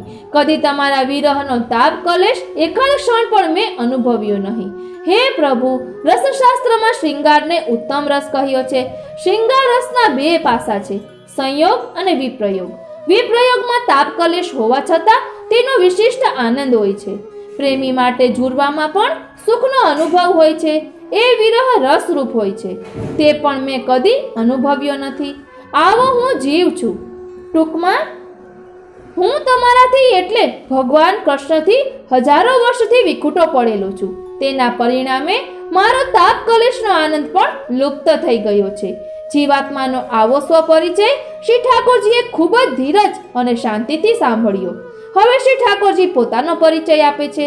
તેઓ જાણે આજ્ઞા કરે છે: હે જીવાત્મા, તું મને પણ જાણી લે. પછી તને મારામાં દ્રઢ વિશ્વાસ થાય તો જ મને સમર્પિત થજે. શ્રી ઠાકોરજી માત્ર 2 શબ્દમાં પોતાનો વિરાટ પરિચય આપી દે છે. અલ્પ જીવાત્માને સ્વપરિચય આપવા ઘણા શબ્દોની જરૂર પડી. શ્રી ઠાકોરજી કહે છે, હું ભગવાન કૃષ્ણ છું. ભગ એટલે ઐશ્વર્ય આદિ ઈશ્વરના ગુણો. હું એ ગુણોવાળો છું. મારામાં જે ગુણો છે તે અન્ય કોઈનામાં નથી, કોઈ દેવી દેવતામાં પણ નથી. આ ગુણોને કારણે હું સર્વતંત્ર સ્વતંત્ર છું, સર્વ સમર્થ છું, સર્વથી શ્રેષ્ઠ છું, પૂર્ણાનંદ છું. બાકીના સૌ મારી સત્તામાં છે, મારા ઈશારે ચાલનારા છે. ભગવાન શબ્દથી એક બીજું રહસ્ય પણ સમજવા જેવું છે. બૃહત એટલે વિશાળ પરથી બ્રહ્મ શબ્દ આવ્યો, જે કણકણમાં હવાની જેમ વ્યાપેલા છે તે બ્રહ્મ. બ્રહ્મ ઈશ્વરનું સર્વવ્યાપક સ્વરૂપ છે. એ સ્વરૂપે બ્રહ્મ એક રીતે નિરાકાર એટલે કે પ્રાકૃત આકાર રહિત છે, તો બીજી રીતે સર્વાકાર એટલે સર્વ પ્રકારના આકારવાળા છે. તેઓ ચેતન જીવાત્માની સાથે હૃદયમાં બિરાજે છે, ત્યારે તેમનું એ હૃદયસ્થ સ્વરૂપ પરમાત્મા કહેવાય છે. બ્રહ્મ અને પરમાત્મા સ્વરૂપે ઈશ્વરના અસ્તિત્વને જાણી શકાય છે, પણ તેમના દર્શન થઈ શકતા નથી. એ નિરાકાર અને સર્વાકાર સ્વરૂપ ભક્તના હૃદયમાં તેના ભાવને અનુરૂપ અલૌકિક આકાર લઈ પ્રગટ થાય, ત્યારે આકાર સ્વરૂપ ભગવાન કહેવાય છે. શ્રી ઠાકોરજી અહીં ભગવાન શબ્દથી સમજાવે છે કે હું જેમ સર્વસમર્થ અને સર્વશ્રેષ્ઠ છું, તેમ સાકાર પણ છું, અલૌકિક દિવ્ય આનંદમય સ્વરૂપવાન છું. મારા સ્વરૂપની અવર્ણનીય સુંદરતાની તોલે બીજું કોઈ આવે તેમ નથી. આમ શ્રી ઠાકોરજીએ આજ્ઞા કરી. હવે પોતે કૃષ્ણ કેમ છે તે કહે છે. ઉપનિષદે કૃષ્ણ શબ્દની સમજ આપી. ક્રશ વત્તા હણ. કૃષ્ણ, ક્રશ એટલે કે સર્વ સામર્થ્ય હોવાથી જે બીજાઓને પોતાની તરફ ખેંચે છે. હણ એટલે પરમ પૂર્ણ આનંદરૂપ. આ બે દિવ્ય સર્વોત્તમ લક્ષણો જેમનામાં છે તે કૃષ્ણ. હું એ કૃષ્ણ છું. કૃષ્ણ શબ્દ મારા ગુણો બતાવે છે. જેમ ફૂલમાંની સુવાસને કારણે ભમરા અને મધમાખીઓ ત્યાં ખેંચાઈ આવે, ખાંડની મીઠાશ માખીઓને પોતાના તરફ ખેંચી લાવે, લોહચુંબક લોખંડને આકર્ષે, તેમ હું સર્વ જીવાત્માઓને મારા સર્વોત્તમ અદ્વિતીય રૂપ અને ગુણોથી મારા તરફ ખેંચું છું. કૃષ્ણ એટલે ખેંચનાર, આકર્ષણનાર, માટે હું કૃષ્ણ છું. કૃષ્ણ બરાબર શ્યામ વર્ણ. મારો શ્યામ વર્ણ જળ ભરેલા મેઘ વાદળો જેવો છે. એ વર્ણ અને તેનું આગવું સૌંદર્ય છે, રૂપ છે. અન્ય વર્ણોના નિખાર કરતા શ્યામ વર્ણનો નિખાર જુદો હોય છે. શ્યામ વર્ણને રસશાસ્ત્રની દ્રષ્ટિએ શૃંગાર રસનો વર્ણ કહ્યો છે. શૃંગાર રસનો સ્થાયી ભાવ રતિ સ્નેહ છે. શૃંગાર રસ આનંદદાતા છે, મધુર છે. તે વારંવાર માણવો પ્રિય લાગે તેવો છે. સર્વ રસોનો રાજા છે. હું અલૌકિક શૃંગાર રસનો સાક્ષાત સ્વરૂપ છું. વાદળો પૃથ્વીનો તાપ દૂર કરી મેઘ વર્ષા દ્વારા પૃથ્વીને જળથી ભરપૂર, સુખદ, શીતળ બનાવે. પૃથ્વીને સ્વચ્છ હરિયાળા પ્રકૃતિ સૌંદર્યથી ભરપૂર બનાવે. પૃથ્વીને જીવન બક્ષે. તેમ હું પણ માનવ જીવનને સ્વચ્છ, શીતળ, સુખદ, સુંદર, હરિયાળું બનાવનાર છું. વાદળોની જેમ અહેતુક નિષ્કારણ કૃપા કરવાના સ્વભાવવાળો છું, માટે હું કૃષ્ણ છું. કૃષ્ણનું નામ, ગુણો અને રૂપ ધારણ કરીને ભક્તોને મારા પરમાનંદનું દાન કરવા ગોકુળમાં યશોદાજીની કુખે જ હું પ્રગટ થયો છું. ગોકુળનો કૃષ્ણ હું પોતે જ છું. વ્રજમાંથી મથુરા ગયો ત્યારે હું જ રાધા અને ગોપીઓના હૃદયમાં વિપ્રયોગ ધર્મી સ્વરૂપે સદા બિરાજમાન થયો હતો. એ જ હું કૃષ્ણ શ્રી ગોવર્ધનનાથજી સ્વરૂપે ફરી પુષ્ટિ જીવવા માટે પ્રગટ થયો છું. હું શ્રી ગોપીજન વલ્લભ છું. આટલું કહી શ્રી ઠાકોરજી ક્ષણભર થોભ્યા. જીવાત્મા મનોમન હરખાયો. તેણે વિચાર કર્યો, કન્યા વરના રૂપને પસંદ કરે, માતા પિતા જમાઈની સંપત્તિ અને વિદ્યા સંસ્કારિતાને આગ્રહ રાખે, કુટુંબીઓ મૂર્તિયાની ખાનદાની છે. મને આવા ખાનદાન, સર્વગુણ સંપત્તિ સંપન્ન અને સુંદરતમ પતિ ભગવાન કૃષ્ણ સ્વયં મળતા હોય તો હા પાડવા, મુહૂર્ત જોડાવાનો વિલંબ સિદ્ધ ને કરવો. લક્ષ્મી ચાંદલો કરવા આવે ત્યારે મોં ધોવા કોણ જાય? તેને તો પરણાય વિલંબ વિના કહી દીધું, કૃષ્ણ એવ ગતિર્મમ. કૃષ્ણ જ મારી ગતિ પ્રાપ્તિ છે. હું આપનો દાસ છું, આપ મારો સ્વીકાર કરો. શ્રીનાથજી મંદ મંદ સ્મિત કરતા કટી પર જમણો હસ્ત ધરી લટકાતી ઊભા છે. ડાબો હસ્ત ઊંચો કરી ઉત્સુક જીવાત્માને બ્રેક મારે છે. ઊભો રહે, ધીરજ રાખ. મને સ્વીકારવા તૈયાર થયો છે, પણ ખાલી કહેવા માત્રથી સમર્પણ ન થઈ જાય. એ માટે મને સમર્પણની પહેરામણી પણ આપવી પડે. બોલ, પહેરામણીમાં શું આપીશ? જીવાત્મા ખચકાયો, જરા પાછો પડ્યો. દુષ્ટ, લોભી સ્વભાવ વચ્ચે આવ્યો. વિચાર કર્યો, બળતું ઘર, કૃષ્ણાર્પણ. તેણે નક્કી કર્યું, જે નકામું છે તે આપવા માંડો. તેણે કહ્યું, પ્રભુ, મારો આ દેહ.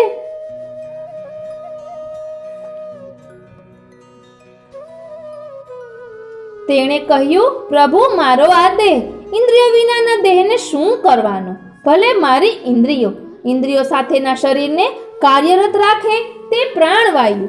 એ વિનાનું શરીર તો વાગ્રસ્ત, માંદલું, નિર્બળ હોય. લો મારા પ્રાણ. પણ એ સૌને ક્રિયાશીલ તો અંતઃકરણ બનાવે. સારું, એના બધા ધર્મો સાથે અંતઃકરણ પણ આપને સમર્પિત. શાબાશ, તું તારી અહંતા મને સોંપી દે છે. અહંતા અને મમતા તારા જીવન રથના બે ચક્રો છે. તે બંને એકબીજા સાથે જોડાયેલા છે. તો પછી તારી મમતાનું શું?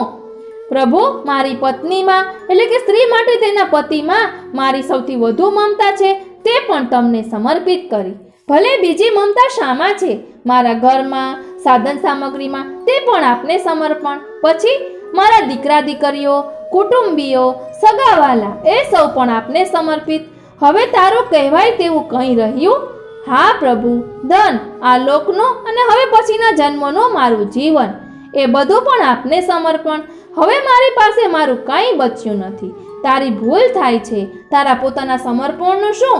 આ તો તારી અહંતા મમતાનું સમર્પણ થયું. ખરી વાત પ્રભુ, હું મારો આત્મા આપને સમર્પિત કરું છું. હવે હું આપનો દાસ છું. હે કૃષ્ણ, હું તમારો, કેવળ તમારો છું. મારો સ્વીકાર કરો. શ્રી ઠાકોરજીએ જીવાત્માનું આ સર્વ સમર્પણ સ્વીકાર્યું. જીવાત્માને બ્રહ્મ સંબંધ થયો. તો આ છે બ્રહ્મ સંબંધ મંત્રનું રહસ્ય. અહીં પ્રશ્ન થાય, આવું સમર્પણ કેમ કરવાનું? શ્રી મહાપ્રભુજીએ બાલબોધમાં એનો થોડોક ખુલાસો કર્યો છે.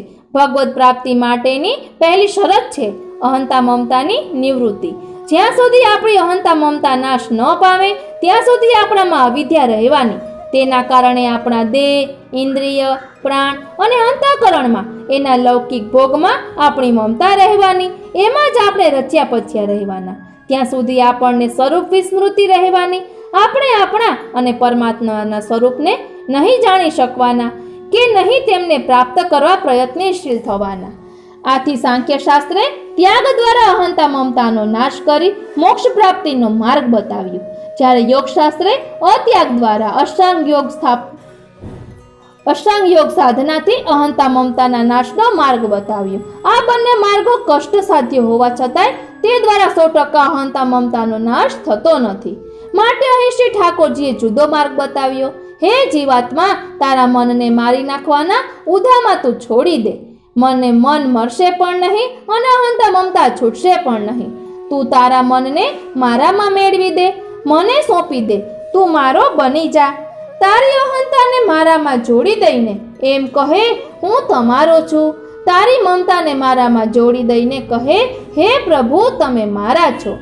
પ્રભુના બનવાથી ને પ્રભુને આપણા બનાવવાથી અહંતા મમતા આપણને ભગવત પ્રાપ્તિમાં બાધારૂપ નહીં, બલકે સમર્પણ સિદ્ધ કરવામાં સહાયરૂપ થાય છે.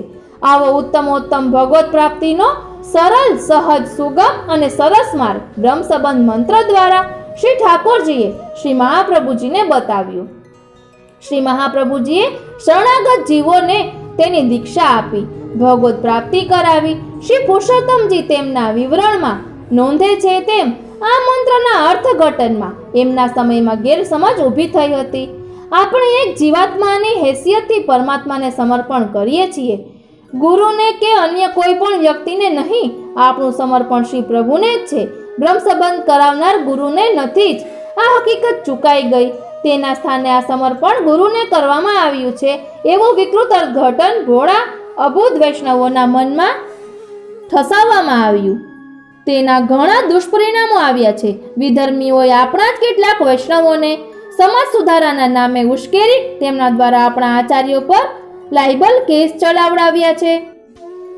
વર્તમાન પત્રો અને સામયિકોમાં પુષ્ટિમાર્ગ વિરુદ્ધ ઘણો ઉહાપોહ મચાવવામાં આવ્યો છે.